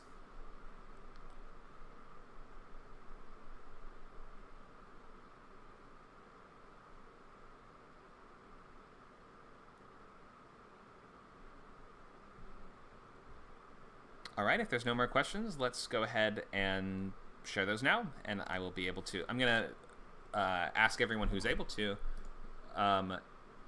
explain more. I'm going to ask questions and help kind of guide the construction of your logline. I'm not doing this to poke holes in this for no reason. I'm not doing this to be a tyrant or a bully. We're doing this so that we can assess where the problems are, and you should expect early, less developed ideas will get more feedback than later, more developed ideas. So let me clear this board here, and we will start to share, and I will invite you guys up to answer questions. Oh, here's perhaps a question from Anthony. Go ahead. Yeah, I was actually going to explain my log line. I don't know if that was what you were looking for. Oh, okay, sure. Yeah, we'll just start with you then. Go ahead. Yeah, so as I put in text, a clown vigilante and rookie cop solve crimes together involving villains in a crime-riddled suburb. The pilot is about how this rookie cop is tasked with this vigilante that seems to be on the good side of cops, but he doesn't trust. Okay. So let's look at both series and pilot loglines, and we'll look at them separately. Yeah, So let's start. Oh, go ahead. I was just gonna say there's some mistakes I made, but That's okay. like spelling. That's okay. All right, let's start with the series. So, a clown vigilante and a rookie cop solve crimes involving villains in a crime-riddled suburb. So we probably want to avoid saying the word crime twice if you can. But I think Mysteries? I get what you're going for. Oh, is it mysteries? It could be mysteries instead of crimes. It's just generally it's like a villain of the week kind of scenario. Mm-hmm. So I guess those are just sort of different shows. If they're solving mysteries week after week and that's like their thing, then that's sort of a different show than if they are like just fixing whatever goes wrong. Or are you saying they're sort of just like a different problem occurs every week that they have to work together to solve? I'd say it's mostly crimes because they are technically trying to find like murders and thefts and just chaos. Okay. So they're solving super crimes, basically, not mundane stuff? Yeah, the idea for the story is about vigilantism as a whole, and I guess it's basically the cop coming to terms with a little bit of chaos to help people. Okay. I think I get it. So the series logline's mostly working. I mean, I do wonder why these people team up, but let's go to the pilot logline and just make sure that everything's making sense here. Okay. So, a rookie cop is given a task that has him work with a vigilante clown he doesn't trust in order to track down a supervillain. So, why do they team up, I guess is my question. So, what I'm thinking is that the cops are buddy-buddy, but the rookie didn't know that. And he is forced by his superiors to work with this clown just as a bonding experience, quotation marks, but also because he's getting the brunt work. As a bonding experience? Wait, I'm confused. Why? I say bonding works with quotation marks because it's like you got to get used to this clown. He does the dirty work essentially. Oh, so like is your rookie cop opposed to vigilantes? Yes, at he the is. beginning. Oh, okay. I think you need to mention that. So, oh, sorry. If that's part of the fun of the team up, that your cop is essentially anti-superhero, is sort of what you're saying, right? Then not superhero, just vigilantism in general, which to him feels like superhero, but vigilantes in your world are basically superheroes, aren't they? This character is at least. Okay. Because I haven't developed other superheroes. Okay, but so regardless of that, so I think you need to mention in the pilot logline, a cop that hates superheroes needs to team up with this clown guy in order to defeat the villain. I guess you should make it clear why he needs to team up with him. It sort of sounds from your description like he doesn't really need to. But that if there is some really important reason why this team up needs to happen, like is the clown the only one that can give us the insight into defeating this villain? Is this like a circus themed villain or something like that? Or like, I guess we just want to know why this team up, right? So if you could be a little more specific, that would be great. Maybe think of an inciting incident. Like, what is the event that causes this to happen? So when a circus-themed villain threatens to... Oh, sorry, go ahead. I was just going to say, perhaps the clown was the only witness besides maybe a traumatized victim of the crime. Okay. So maybe he's like he's giving clues, but also wants to help because it's technically his job and also his hobby. Okay. That could potentially work. I mean, just being a witness probably wouldn't be enough for a cop to want to team up with you. That would just probably be enough for them to interrogate you, right? So you might think, like, how are either the cop and the villain linked, or how is the clown and the villain linked? What can the clown offer? Like, is the clown an ex-member of this villain's gang, or something like that? Like, that might sort of provide some reason why only he's the only one that can help us, right? Because otherwise, we're just going to ask, well, why couldn't your cop team up with somebody else? That is a good idea. Just a suggestion, just a thought. Maybe think, why him? I didn't really think that far, so I really like the suggestion. That's okay. Circus-based villains. Okay, great. There's a strong tradition of clown and circus villains in comic books. I think this works fine. There's nothing. Go ahead. My idea was to circumvent that by having superhero-based clowns instead of people that put smiles on their face, not fear. Okay, gotcha. Cool. Well, hopefully that gives you some ideas for the pilot logline to maybe rethink this in terms of when an incident occurs, an adjective protagonist, so a cop that hates heroes, has to team up with a hero in order to defeat this villain, and this is the only way they can do it. This is the only way that makes sense. So think of the pilot logline in those terms. The series logline looks pretty much fine, but when you're revising this, think of motivation and urgency. So we want to have a sense of why does your character want to do this, or why does he have to do this, and why is it important that this happens, and why does it have to happen now? Like, is the villain threatening to... Well, like, if your inciting incident might be, like, when a circus-themed villain makes a bomb threat at the local, whatever, public pool, I'm just making something up, but, like, when he makes this threat, then your hero needs to team up with the clown to stop him from blowing up the pool. You can't blow up a pool. I was thinking that the cop, like, teamed up with the clown because he doesn't trust the clown and wants to keep an eye on him. Teaming up with somebody because you don't trust them... Does that make sense? I mean, that would maybe be like, I'm going to bring him along as a prisoner, like that kind of deal? Is that? Oh, maybe that could work. Okay. So give it some thought. Think about it. Maybe we use the clown as did you see Silence of the Lambs? It's always interesting when you have to team up with a villain to take out another villain. So maybe if maybe if they're keeping the clown prisoner, that could be kind of a cool take on it. Eventually, we might have to let him out and, become friends with your hero. But just, hopefully this gives you some ideas for that pilot logline. Yeah. Questions? All right. I guess if it's a villain of the week, would that count as status quo? And I guess what would the composition be? You mean comps like the comparable shows to this one? Yeah. Would it be superhero that feels like a noir? Is that too weird, or? It's not too weird. There's lots of superhero shows that already kind of feel like that. I mean, I think you've got plenty of things to choose from. Is this animated or live action? I usually prefer animated, but I can't draw, so I'm not sure.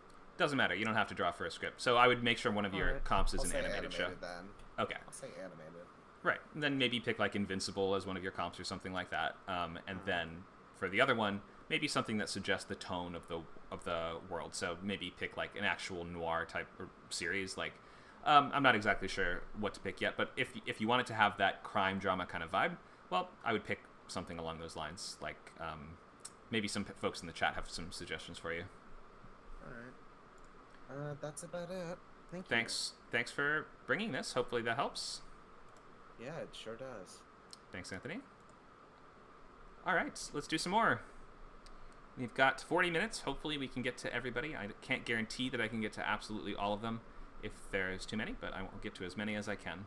Let's go to Becky with Poppycock.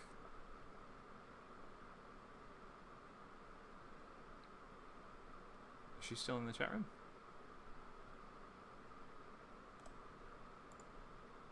There she is. Hello.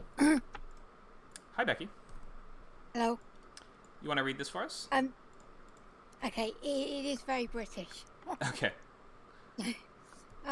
Poppycock. Science teacher Poppy Cook has her first teaching job since the accident that put her in a wheelchair. Unfortunately, South Canal Academy is the worst school in the county, with patronising leadership, eccentric staff and wild pupils. The broken lift and mops filling the disabled loos are the least of Poppy's concerns. Wow, you were not kidding. Lifts and loos in the same logline? This is the most British thing I've ever read. Sorry. No, it's fine. Go ahead. Comedy in schools, I don't know what it's like in America, but it's a very British mainstay of comedy. Like, there's so many comp titles out there. Yeah, we have a lot of this too. This is a sitcom, right? Yeah. Okay, sitcom, got it. Let me just read it one more time and make sure I totally get it. So, science teacher Poppy Cook, that's her name, right? We don't need to list. We don't actually need to include the characters' names in loglines. First of all, because I guess it does make sense that it ties into your title somehow. But for the most part, we're just not going to remember the character names, so it has to kind of stand on its own. So I would try instead of telling us her name, describe her to us. So I don't know, shy science teacher. I'm just picking an example, but you don't have to just pick an adjective and then describe the person in those terms. She's outgoing. She's very outgoing. Got it. Okay. Has her first teaching job since the accident that put her in a wheelchair. Okay, I get it. Unfortunately, South Canal Academy is the worst school in the county, with patronizing leadership, eccentric staff, and wild pupils. The broken lift and mops fulfilling the disabled do are the least of her concerns. Okay, so this is a little bit novelistic of a description. I mean, this is the sort of thing we might see on the back of a book or a DVD or something like that. For a logline, I guess, try to express it in one sentence if you can. So I'm sure that you can maybe combine some of these facts and some of these ideas into just one more streamlined sentence. I don't know if I'm going to be able to do it on my first try, but I'm just going to give it a shot. So if we say something like... I was trying to get through the type of comedy it is, if that makes sense. Sure. It's kind of hard in a log line to show that it's what type of comedy it's going to be. Right, yeah. Log lines are not a great place for nuance. Log lines, you have to be a little reductive in order to make sure that you're conveying the full idea in as truncated a format as you can. I guess I want to show, I don't know how you can get through, but I want to show that, like, it's a typical, old school comedy, but the thing that makes this one different to all the others that are out there is the fact that it's following a teacher who's in a wheelchair. Mm-hmm. Okay. Because there are so many out there that you have to create one that's different. So, like, a lot of the comedy comes from that she's in a chair. I will say I'm a wheelchair user myself, so I'm not like taking the mickey out of wheelchair users. Sure. I am one. I understand. It's kind of it's sort of I used to be a teacher, so I have experience in schools. I haven't been in a school since being in a wheelchair, but I can use my imagination. I see. So in that case, I mean, just in terms of the language that we're using, I will admit to not knowing 100% the best terms to use, so forgive me if I say anything incorrect, but if we're just trying to express this as simply as possible, I don't know if handicapped is an offensive term or not, but like just... Not in the UK, you can't use that in the UK. Oh, we can't? It would be full-time wheelchair user. Oh, okay. Something like this then, do you see how like we just need to express this if we're writing one sentence, an outgoing, I don't know, wheelchair using science teacher, something like that. I'm just looking for one word that expresses that. Okay, so or you might name a specific condition if she's. I'm not exactly sure. This is a blind spot of mine, just not knowing enough about the specific terminology. No, that's fine. Wheelchair using science teacher sounds good. Okay, great. So at a we usually try to frame this in terms of they must do something. So, must solve problems, something like that. They must accept a job at the worst school in the county because it's like the only job available for her. But so we're trying to express what she's doing in the show. She accepts the job at the beginning of the show, right? The majority of the show is she's working there. So she must handle rowdy students, broken, lose. So you're doing this sort of this is a good idea for status quo sitcoms like this, where you give like a couple examples of the sorts of things she has to deal with, and like let's say I don't know, crazy parents, whatever it is, at a whatever high class academy, or I'm not exactly sure exactly how you describe. Goes the other way. So in the UK, academies are like pretty different from the US. In the UK, academies are like I want to say this nicely. They're run by companies, and they can be good, but can also be really not good.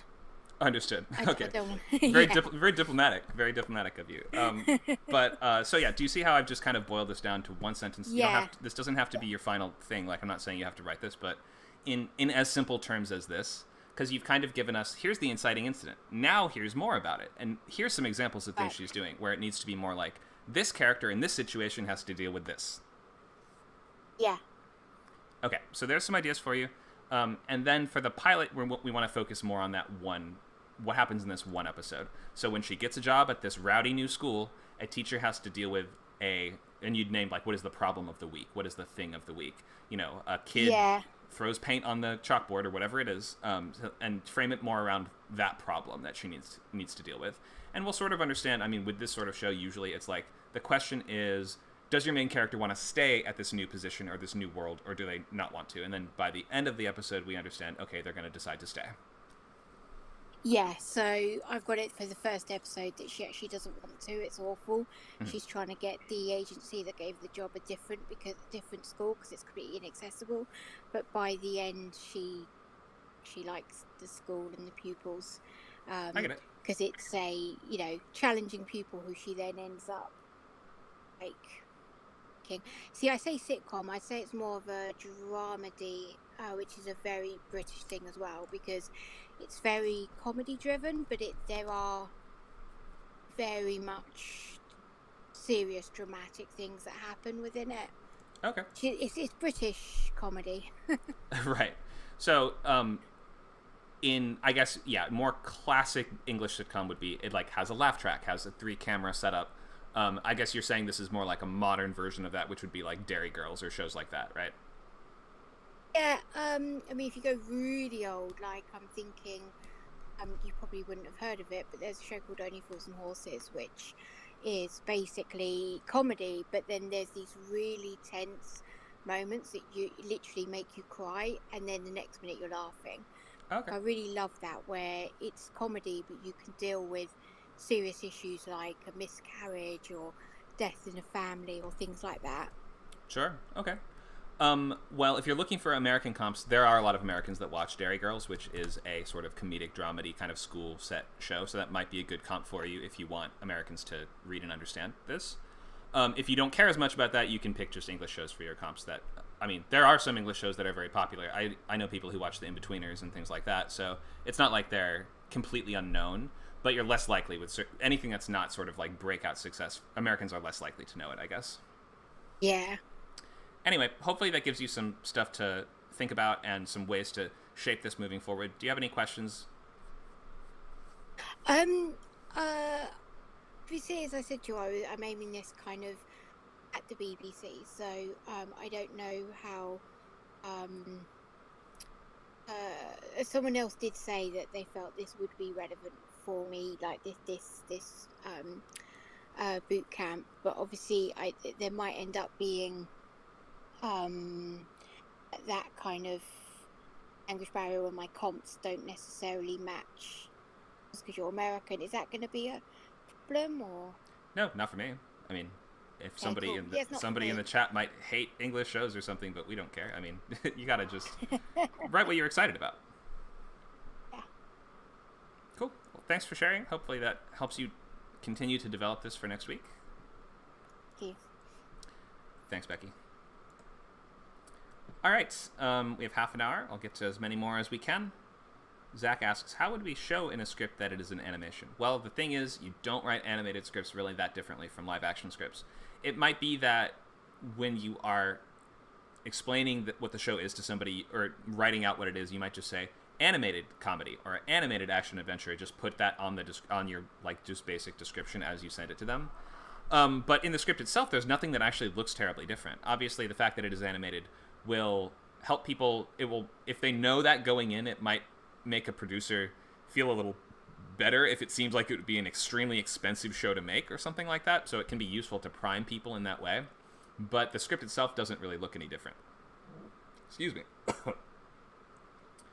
All right. Let's see. Let's do our next one. So we can look at Growthny, I guess is how we say this, from Pollock. Growthny?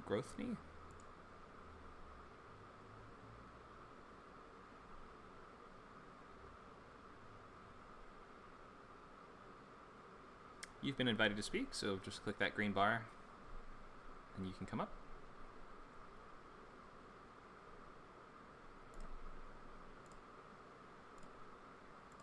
Okay, I'll try again on the next one. Let me know if you have, maybe Nacho can give you a hand in the chat if you're having trouble. Let's do Roger with Cypher and the Hellions. Is that a band? Oh, wow. That is a ringing endorsement to change the title. No, I mean, it sounds cool. To me, my first thought was, we are Cypher and the Hellions. Hello, New York. But in my mind, it just makes me think a rock band is introducing themselves. Continue to hammer the point home. Sorry. Okay. Go ahead. I will change that. No, it does. You're right. That's pretty funny. Well, I didn't want to call it Hellions if it's a kids animated series, but I guess I'll have to look at that. I don't think it's a huge problem. I'm just being goofy. But let's read what you have here.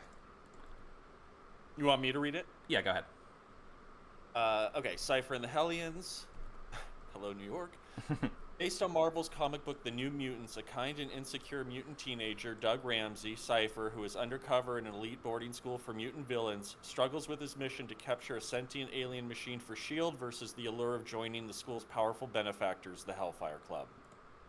All right, thanks for that. Let's pause there before we go to pilot for a minute. So the first thing is, I don't think we could say this in one breath, could we?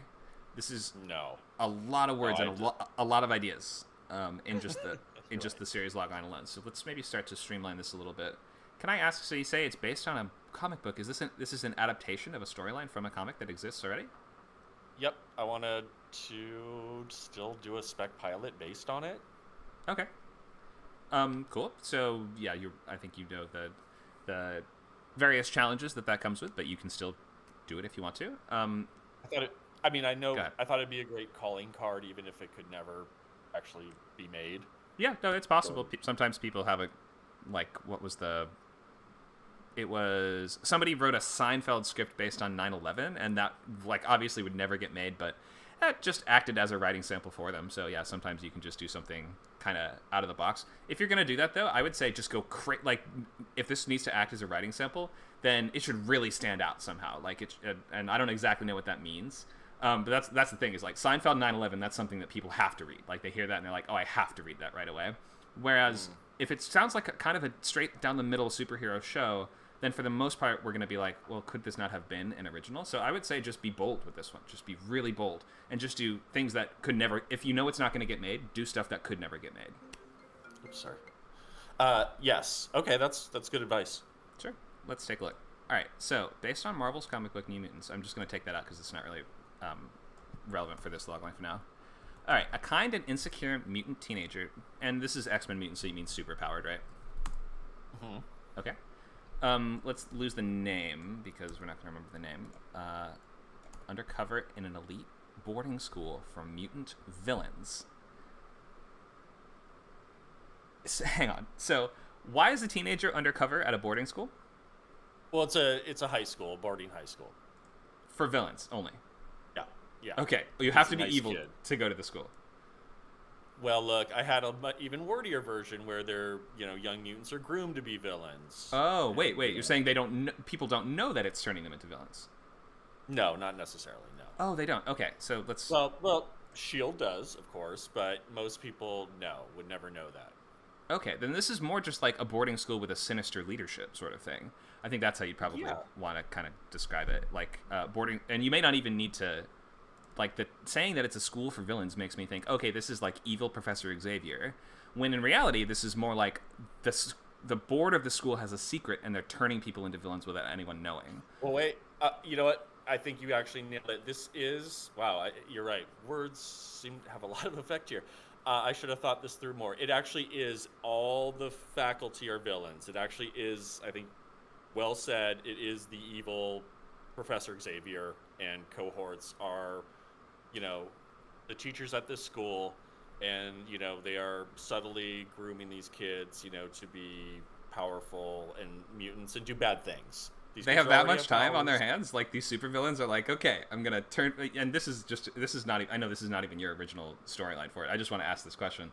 So they're like, I've got to turn people into villains for my urgent quest to commit my villainy. But also, I have to design a full curriculum. And I have to, chaperone dances. And I have to do all the bullshit of working at a school? What? I guess it's not to say that it's impossible to make it work. That's just my first thought when I hear that. And so you can use that. Maybe you could find humor in that idea somehow. Or maybe you have some great way of... very funny. Maybe that is very justified in the show somehow. But when I think... Magneto has to teach a bunch of 8th graders science classes, I'm just like, that's hilarious. Okay, that could be one of those very different things. Yeah, no, and you can pick your own tone for this, but just when I hear that first, right off the bat, my thought is that's ridiculous. So you could lean into that, you could subvert that, you can interact with that however you'd like. All right, but so you say he's undercover. Does that mean he came there knowing what it was, or he doesn't know what it is? He was told what it is, but he is there to... briefly, the teenagers at this school, the best of them are actually go out on missions in the field. Okay. And he is trying to make that team, if you will. It's like the nerdy kid trying to make the football team and be one of the cool kids. That is really one of the themes of this show. Okay. And I mean, it's at its most base level. And basically, he wants to kind of, kids at that school have a mission to capture this creature. And the good guys in S.H.I.E.L.D. want it. So they've enrolled Doug, my hero, there to secretly, spy, go on these missions too, and at a critical moment help S.H.I.E.L.D. steal this creature out from under the school.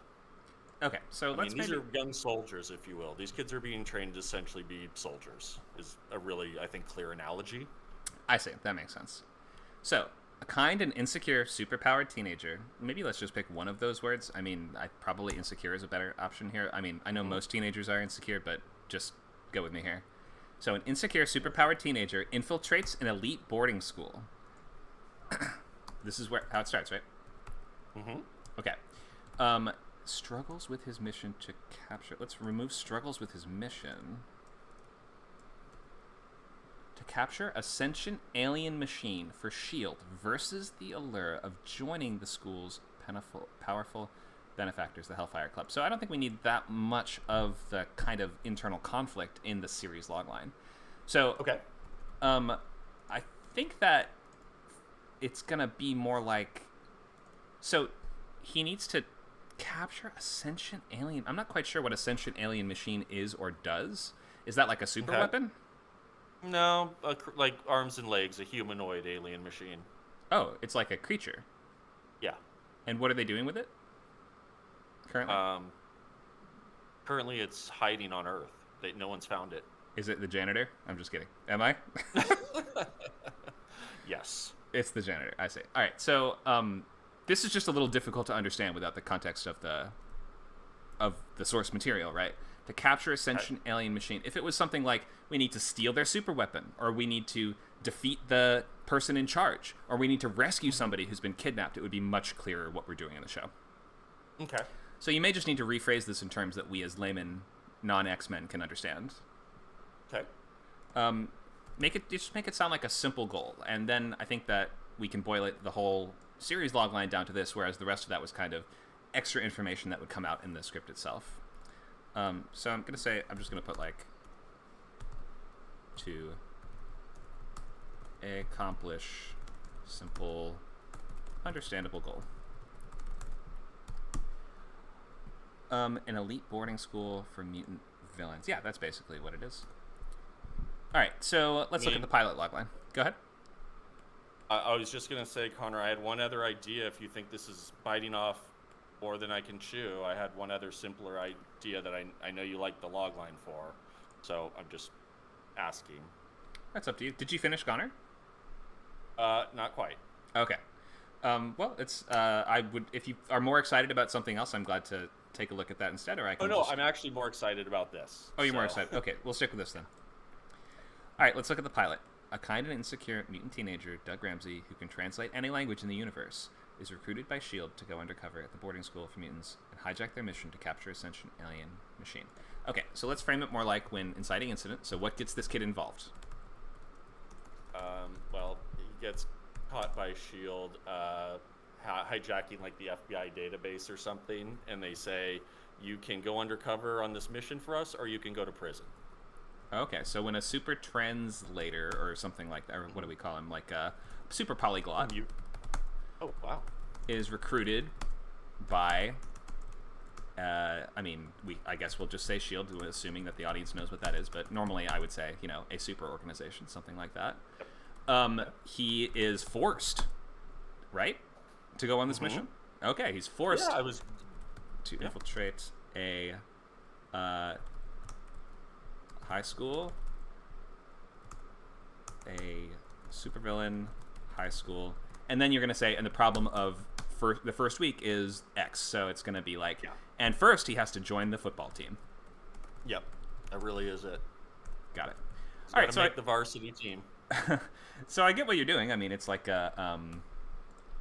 you are doing teen sort of like coming of age show mashed together with, I guess, the the action of X-Men, right? And I guess that's what X-Men always has, that kind of element to it, doesn't it? But I guess not every X-Men story focuses on the younger characters. The School for Mutants is cool. Yeah, I think it's teenage Lucas with Corey Haim, to date myself, but it is. So I think that this should, if we can just reduce the amount of information here and give us less stuff for the reader to remember and to parse, especially if it's like, we're trying to get this machine, or else this will happen and get this to these people. And if we just frame this in simple terms that anyone can understand, then I think that this will clarify in the reader's mind a lot more. Okay. So I can paste this into the chat if that is helpful. You don't have to use this. Yeah, that would be nice. Thank you. Okay. That just might be a starting point. Very cool. Thank you, Connor. Any questions? No, I'll work on that. Thanks, Roger. All right, 15 minutes. Let's go to, let's do lasagna with starry-eyed.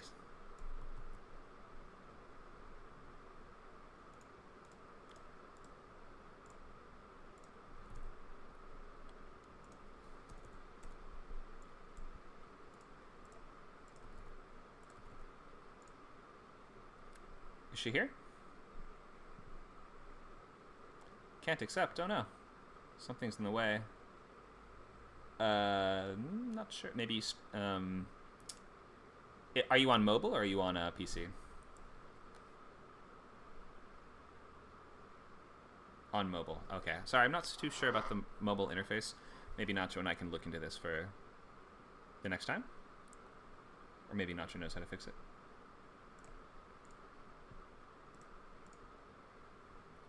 Try turning landscape mode. Yeah, maybe rotate the phone, see if that helps.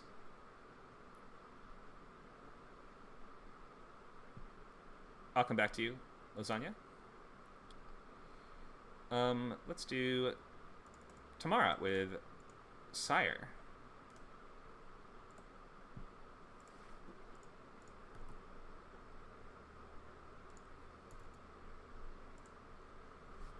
Hi, Tamara. You'll just have to unmute your mic, so click the gray microphone icon.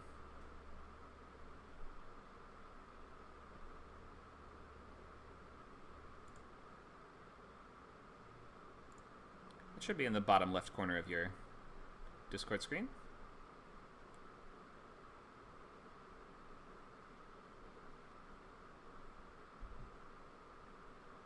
Can you hear me okay, Tamara? Oh, Are you still there?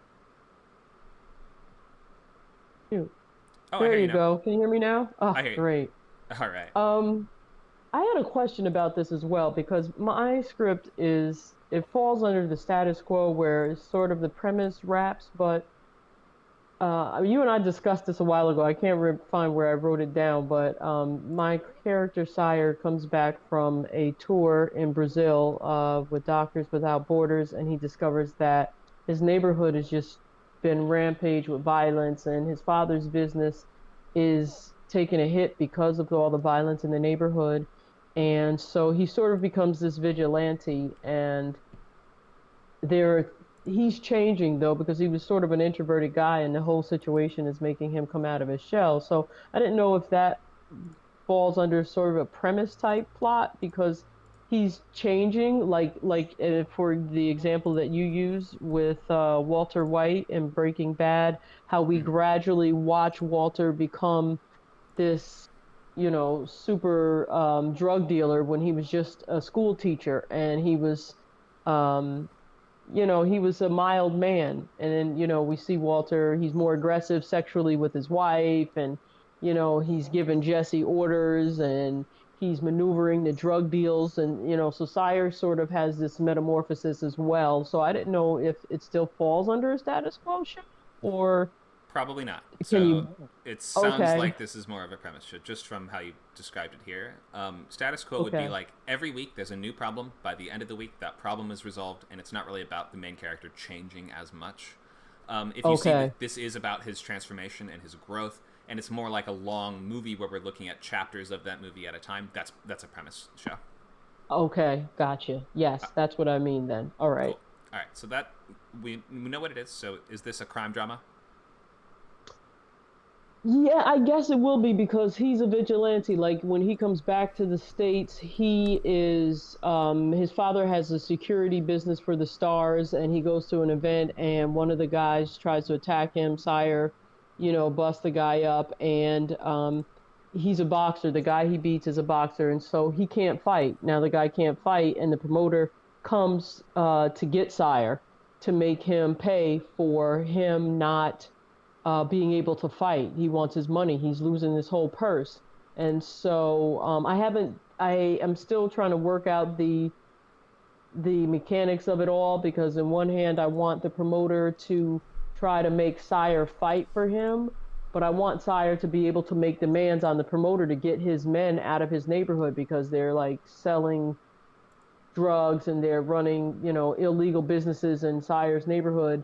So I want him to have some leverage with that, but I don't know if that's going to be believable, because, he's the crime boss and he's got control over the neighborhood, and Sire's not been this type of guy up until this point. But he gets bullied while he's away, and he starts to stand up for himself.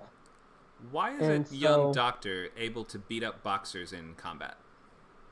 Well, when he's in Brazil, he learns how to fight because he's bullied while he's in Brazil, and this jiu-jitsu champion teaches him how to defend himself, because he helps the jiu-jitsu champion from his own injuries while he's away, and he sort of takes him under his wing.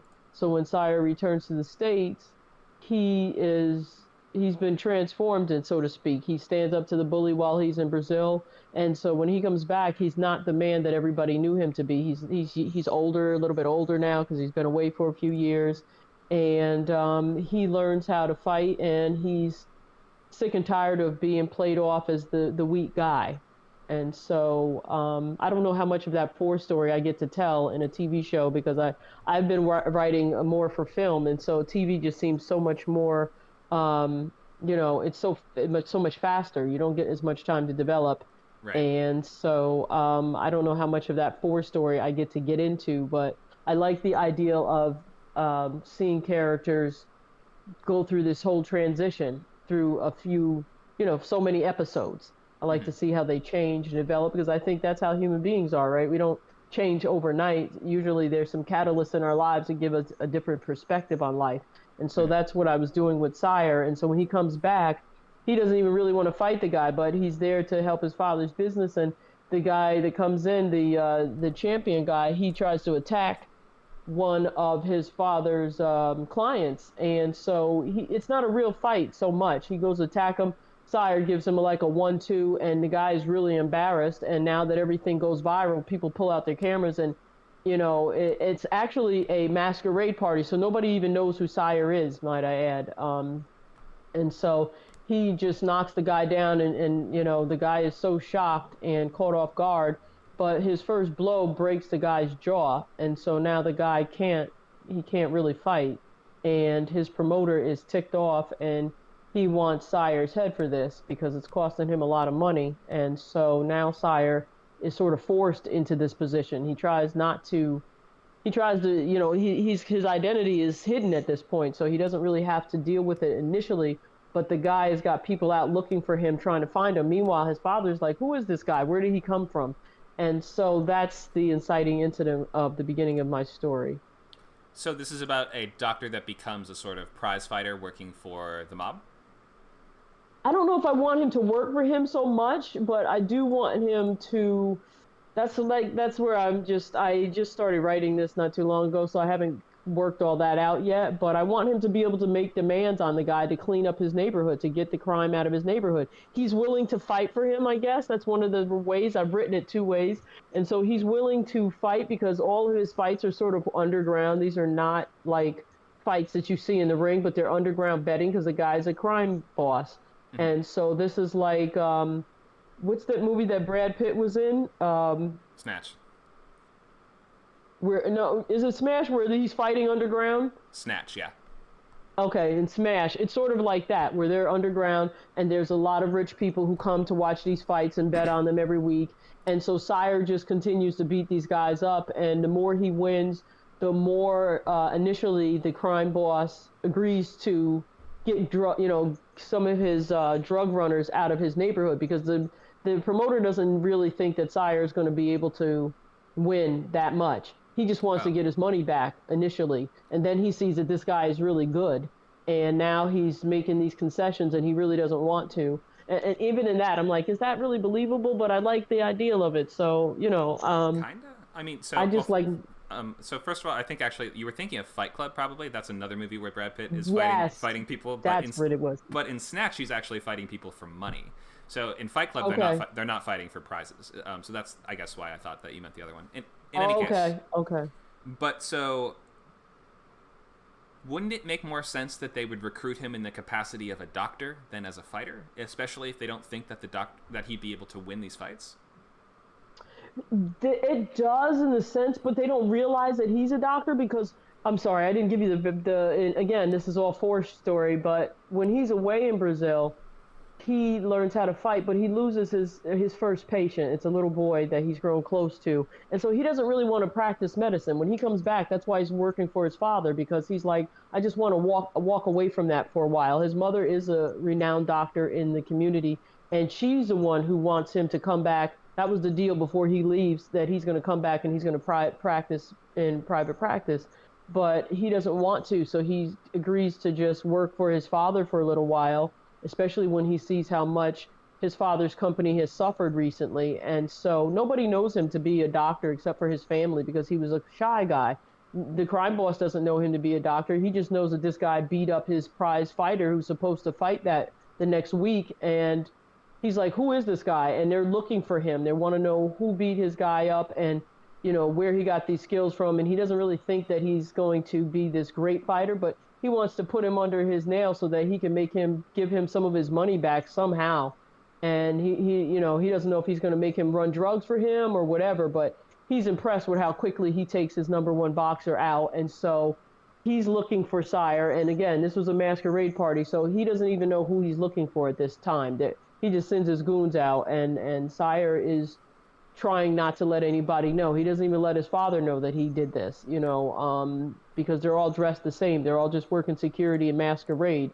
So, he doesn't want him to be a doctor yet. He wants to just get him under his nail because he feels like, hey, this guy just owes me money. He cost me a couple of million. Okay, so he's a former doctor then. He's not even a current doctor. Okay. Yeah, no, he just got back to the States, so he could very well practice, but he's choosing not to. He's dealing with his trauma right now. Okay. So there's a lot going on in this, and it might help to distinguish like the series logline and the pilot logline, just so we know how much of this are we actually going to be able to get through in an hour. I'm guessing this is an hour, right? Yes. Okay. It should be, because there's a lot of material there. So in terms of what the hook of the show is, which is what we're looking for in the series logline, I think you're saying we should look at what is the thing that brings him into this. So when I guess I'll just say young doctor for now, even though that's doesn't really describe him very well, accidentally, or what does he do? He ends up defeating a mob boxer in a street fight. That's kind of what it is, right? I know it's not. It's at a party, not a street. Not on the street, but it is like street fight in the sense that it's a random confrontation. Right. Okay. He's recruited to be the next great prize fighter for a, I don't know, and now we name the villain probably. Underground Bob, yeah. So, yeah, exactly. Crime kingpin, something like that. So I think you want a sentence like this for your series logline. And then your pilot logline is going to be more like when he gets back to the States, we can actually frame it more in terms of what's going to happen in this episode. But the series logline is supposed to give us the whole picture, like the whole trajectory, the arc of this. Where is this going? And this is about a former doctor who is now going to rise through the ranks of mob fighting. Is that right? Yes. Okay, got it. I can see the show. I think that we've just mixed together maybe material that would fit better in the pilot logline into the series logline. So separate those a little bit. Try the pilot logline a little more like when inciting incidents, an adjective protagonist, you know how this goes. Yep. Etc. And then you'll frame his sort of first goal. So within the pilot, we're going to want to say his goal is what. You don't have to know the answer right now, but it might be Okay. he now needs to win his first fight for the mob. Maybe you frame the whole pilot around that, or maybe it's like he needs to do something else. Maybe it's more like he's going to try to get out of his obligation, and he's going to try to flee the city, or something like that. So maybe just give him a really clear, tangible finish line, a goalpost, a thing he's working towards. For just the pilot. I was thinking okay, so for the pilot, I was thinking that you know, I don't know the timing of it. Should I have the crime boss catch him by the end of the first episode, and then he gives him the ultimatum, look, you've got to fight off this debt that you've created for me? Yeah. And that should be like I'll the leave it at middle. that. That should be like the midpoint. Of the first episode? Yeah. Okay. Otherwise, all right. you're never going to get to all that good stuff later. Like all the cool like the guy moving from one world into another world. We have to see that in the pilot. Otherwise, if we save that all for the end, then it's going to be like, oh, well, just trust me, we'd get there eventually. But we want to see the fun we want to see the promises that you're setting being paid off right away. At least in the sense that, go ahead. Oh, I'm sorry. I was just trying to have so many thoughts at one time. Is it realistic for me to have Sire make an ask in that? I mean, I know he's fighting off the debt, but again, when he comes back, he doesn't know that this exists. He just knows his neighborhood is falling prey to all this violence and corruption. And so he wants to open his father's. His father has a gym that he grew up in, and he used to be there with his friends. He used to teach him all kinds of stuff. And so he really wants to open his father's gym again. And the crime that's in the neighborhood is stopping people from coming to that area. So when he is dealing with the crime boss and he says, look, you got to fight off this debt, I want Sire to say, I'll do it on one condition. And the crime boss can say, well, I'll kill you.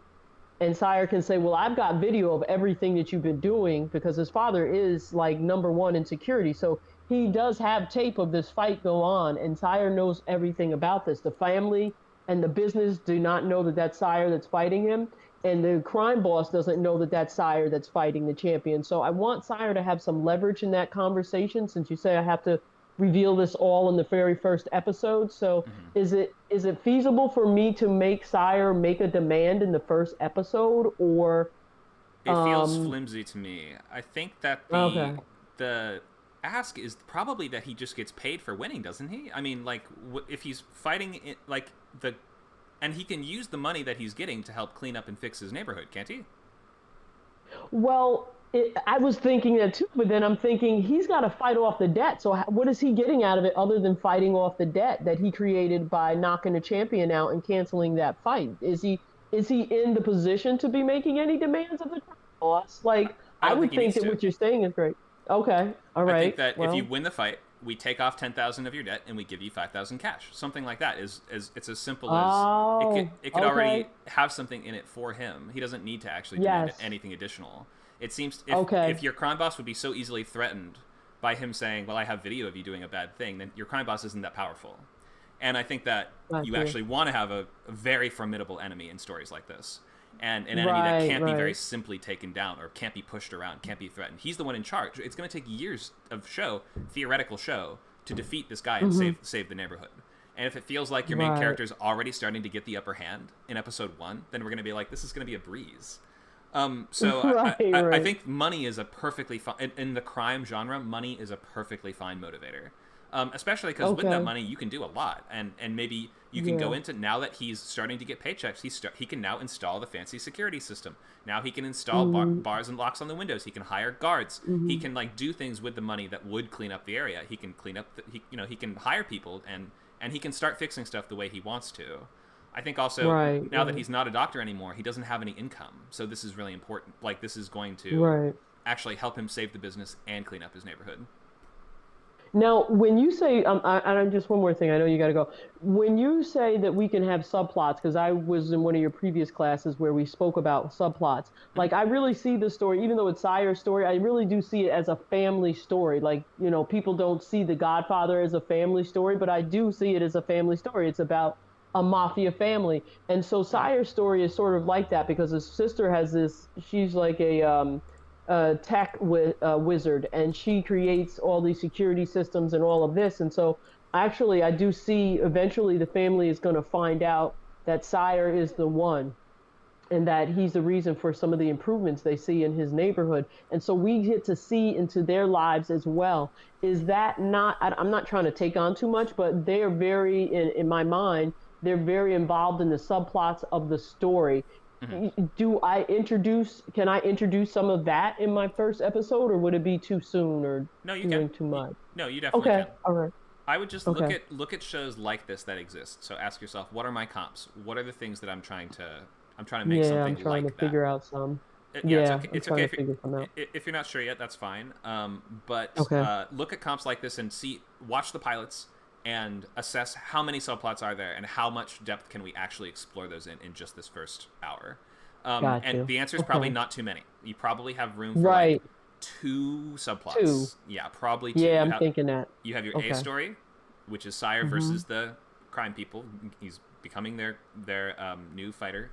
You have maybe a B story with the dad, and then maybe you have room for a short C story, or for like a minimal C story. Beyond that, you're going to run into problems after there. Oh, okay. So all right. I appreciate all that insight. Sure. Thank you for sharing. I hope that's helpful and gives you some good stuff to think about moving forward. I'm going to continue on with you, so you'll hear more about this. I want to get into the paid classes as well, but I wanted to have something to start off with before I went into that. I think it's a good foundation, and I can totally see the show. Now that we've talked about it and discussed a little more, I can totally see the show. Awesome. Yeah, because I want to see him fight every week. I'm a big sports fan. I like boxing, so I just want to see him fight every week. And some unhinged bare-knuckle brawling. Yes, I want to see that. I mean, I don't like UFC type of fighting. It's a little too much for me, but I think, it's a fake story, so I can make it any way I want to. So, you'll see more of this. And thank you so much for your insight, Conor, because I was struggling with that last part about how to make Sire put a demand on the crime boss as well. I didn't know if that was even realistic, so that helps give me a little bit more freedom in how I can move forward. Sure. Great. Thanks, Tamara. You're welcome. Thank you.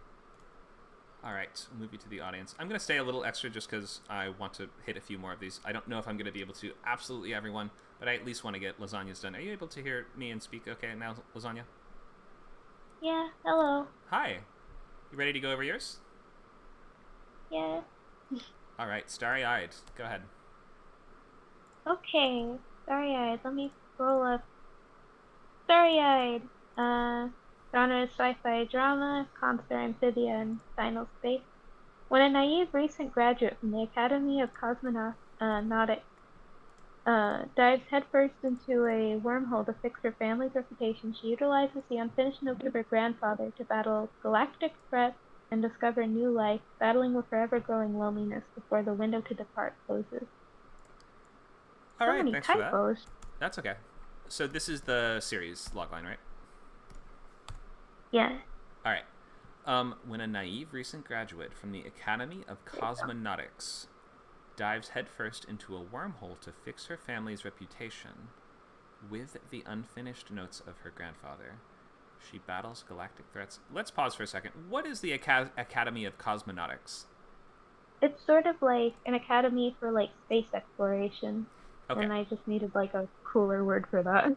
So would you say a naive astronaut? Yeah. Okay. So but I guess I wanted to mention the academy, but I couldn't do astronaut. I guess it doesn't play that important role. For the series logline, unless the show takes place at the academy, or unless that academy plays a large role in what's going on in the story, it sounds like you're just saying she's an astronaut. So we need to reduce and be a little reductive when doing loglines, just because we can't include everything. So, when a naive astronaut dives headfirst into a wormhole to fix her family's reputation, can you explain what that means? Sort of like when her grandfather released like some of his notes, or like revealed like his discoveries, everyone sort of like a laugh in the face sort of deal, or a this would never work sort of thing. And it sort of like crashed their family's reputation a bit. So like they were probably well respected before, and now, well, they're not. Sorry, before what? What did he do? When he reveals his notes, reveals his discoveries, or tries to prove what he did. What did he do? sort of like crashes and burns, like traveling into the wormhole. But I'd like to say that he's lost. He just never came out, sort of deal.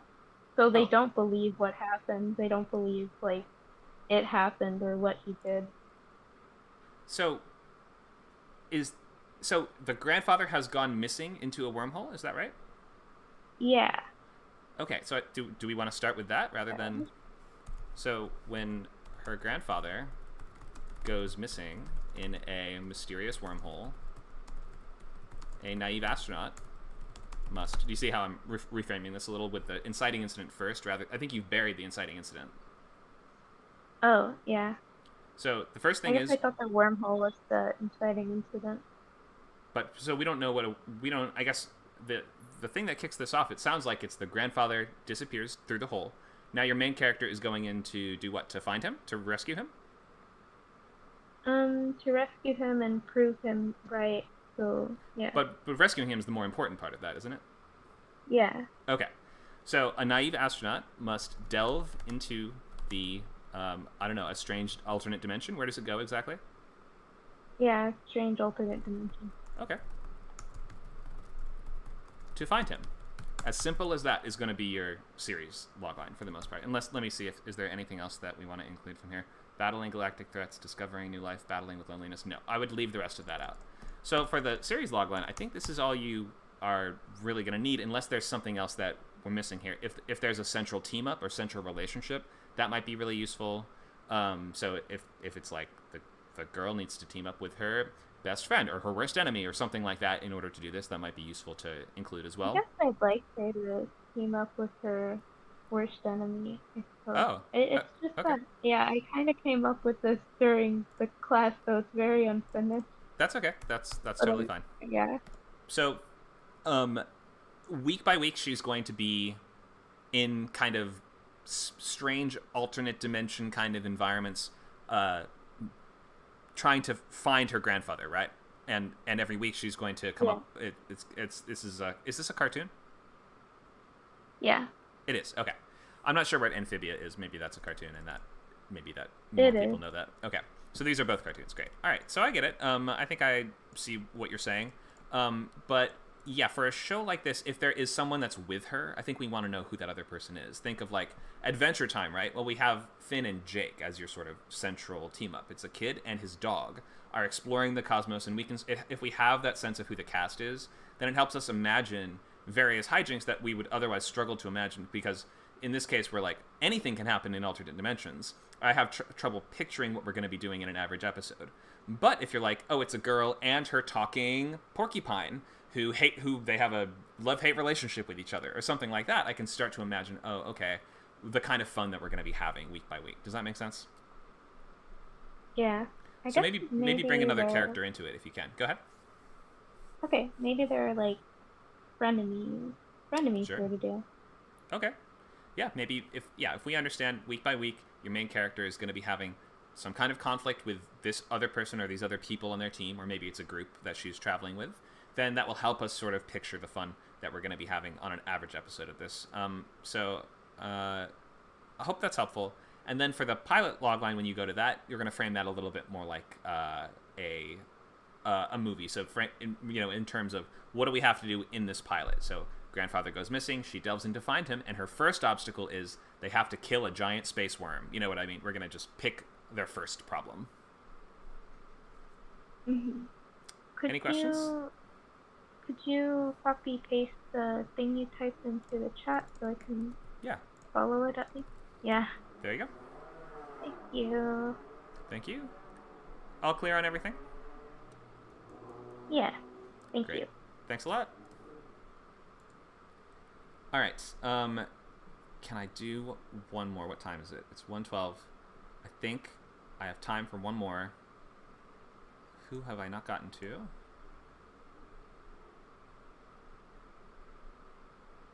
There's a couple I haven't gotten to. Okay, I'm not going to be able to get to absolutely everyone. Let me ask, are there any people that are enrolled in the camp or are a member who are already signed up who have posted a logline that I have not gotten to yet? Amanda? She left the room. Okay, another one. I guess, is there one more? Michelle? Did I see one from her? Yeah, all right. We have Michelle with first responders. Hi. Hi. Thanks for picking me. Sure. The first one that I wrote, it disappeared. I don't know where it went. Lost in the chat anyway. somewhere. That's okay. Yeah. So let me get to it. Or can you read it? I can read it. Yeah, no problem. Okay. I'll have to go a little quicker through this just because we're about 15 minutes over time, No but problem. I'll do my best. All right, let's take a look. First responders, drama, comps are 911, Chicago PD, or maybe medical dramas. Okay. When emergencies happen, dedicated Houston first responders work collectively to save a person or people before they die. Okay. So that is definitely true, but it feels like information we already know most of this. Like, yes, they work collectively. Yes, they save a person or people before they die. I think we know all of that. So you should look to what makes this team unique, or what makes this setting unique. So they're in Houston, Texas, which, I mean, I don't know if I've seen a show set in Houston, Texas before. Maybe there's something unique about that, right? Is it that they have to deal with, I don't know, ranchers getting kicked by horses or something like that? Maybe we want to include a few like examples of the kinds of things they deal with, if the setting is going to be the hook. Or you might think, is the team going to be the hook? Like, the main character maybe might be somebody kind of unusual for this position, or maybe it's somebody that will have a particularly interesting difficulty or limitation or tactic that they use to solve problems. Or maybe this is a team of people that they're like a very tightly knit family, or maybe they're constantly at each other's throats. You know, I think you need to maybe just drill down a little deeper on what makes this team of first responders unique. Okay, well, the setting is unique. There are no dramas like this in Houston. Okay. And being a Houstonian, it kind of irks me. Houston has the world's largest medical center and the most advanced medical center on the entire planet. Wow. Okay. So, yeah, most people don't realize that. But if, for example, if you're dying of cancer, come to Houston. Got it. It's the only place that's going to save you. Anyway, also, Houston is the most diverse city in the nation. Most people don't realize that. And it's also the largest city by area in the nation. It's three times the size of New York. Okay? It's bigger than Chicago in size, bigger than LA in size, and I just don't think people realize this. And we don't have ranchers with cows in Houston city limits. Outside of Houston, like my sister, yes. Okay. You know, but she only has like 3 cows. But anyway, because cows are expensive, believe me. Sure. But in Houston, we don't have ranchers with cows, so it would not be that. Okay. It would be like the first episode that I imagined was either terrorists take over a Walmart with guns and maybe a bomb, or maybe a low yield or a small yield nuclear device. And what? Of course, yeah. It's that is the CIA's and the FBI's worst nightmare. But that doesn't sound like that would be an average episode of your show, does it? No, that would be like that would be the pilot that would like be the catalyst. Now, of course, you're going to have federal hazmat come in, you know, but Houston police and fire have been trained by the FBI and the CIA to respond to these things. But the pilot... I know that because I'm actually a terrorism specialist, so I had to learn that for my research. Anyway. Okay. But a pilot's supposed to be like an average episode. No, this is like the pilot.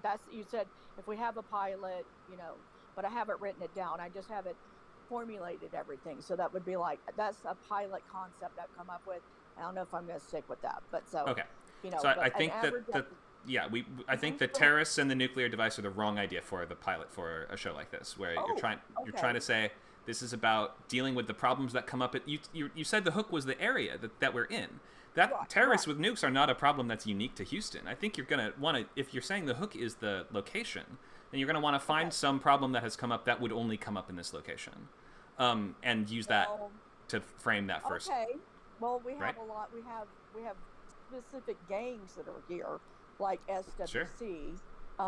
You know, I could use that. That they're here in, but they're also in San Antonio. But I don't think most people know that. But they're a Texas gang, but they're only in the big. They're just in those these two cities. And but okay, so you're right, that could happen anywhere. But my feeling is that the hook would be that it's how these first responders respond, because Houston police deal with being in the largest city in the nation, okay, every day. It's not the most populous, it's the largest by area, and so they deal with that every day. So do firefighters. A big piece of conflict between them are fire and police, because firefighters now get paid what police get paid, and police have, and the mayor has had to fire 2,700 new officers, and he comes back at 2 years later and says, "Oh, we need 3,000 more police officers," but they want to hire them at a much lower rate of pay, and actually 1/3 less. Gotcha. So we're almost 20 minutes past our time, so we do have to wrap up. But I will just say, so the first thing, drill down a little deeper on what makes this unique. It might be the team, the composition of the team, the members of the team. It might be the personalities involved on that team that you're going to want to highlight. If you've got like a real drill sergeant as your team lead, or maybe you've got a team that has their own specific unique dynamic, highlight that in the series logline. Or maybe you want to bring more emphasis to the area that they're in and say, like, these are the unique problems that Houston is all about, and these are the kinds of things that they're going to be dealing with week after week. And it should probably be something that is representative of what the show will be. So if we're not going to be dealing with nuclear level threats every week, then we should not start with that. We should start with something that actually represents this is what the show is. Gotcha. Well, okay. Thank you. If I have any more questions, I'll contact you in the chat. But Sure. Thank you very much. Thank you. All right. We're at the end of our time. Hi, Nacho. Hey, yeah, I was just going to mention Joya had a question about joining camp. Okay. Just wanted to see if you wanted to come up on the stage, Joya, ask your question.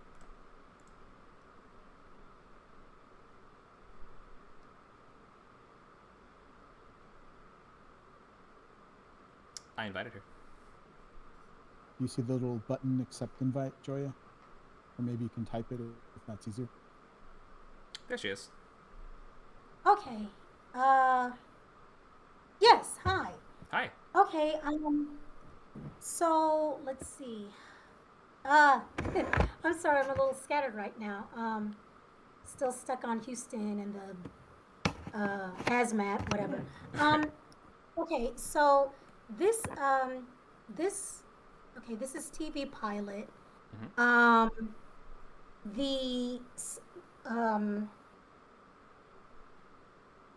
Okay, I lost my train of thought. I got to think this out a little bit more. I don't want to take up time trying to formulate it in my head. That's fine. Sorry. You can email me, or you can write it in the chat and tag me later. Just do @ and type my name, or you can email connor@scriptcamp.net. I'll leave that in the chat if you want to ask your question later. Okay, all right. Thanks so much. Thank you. Okay, we're going to wrap up for today. So thank you guys all so much for coming. For next week, just keep working on this logline, nailing down on, or drilling down deeper on what your show is going to be.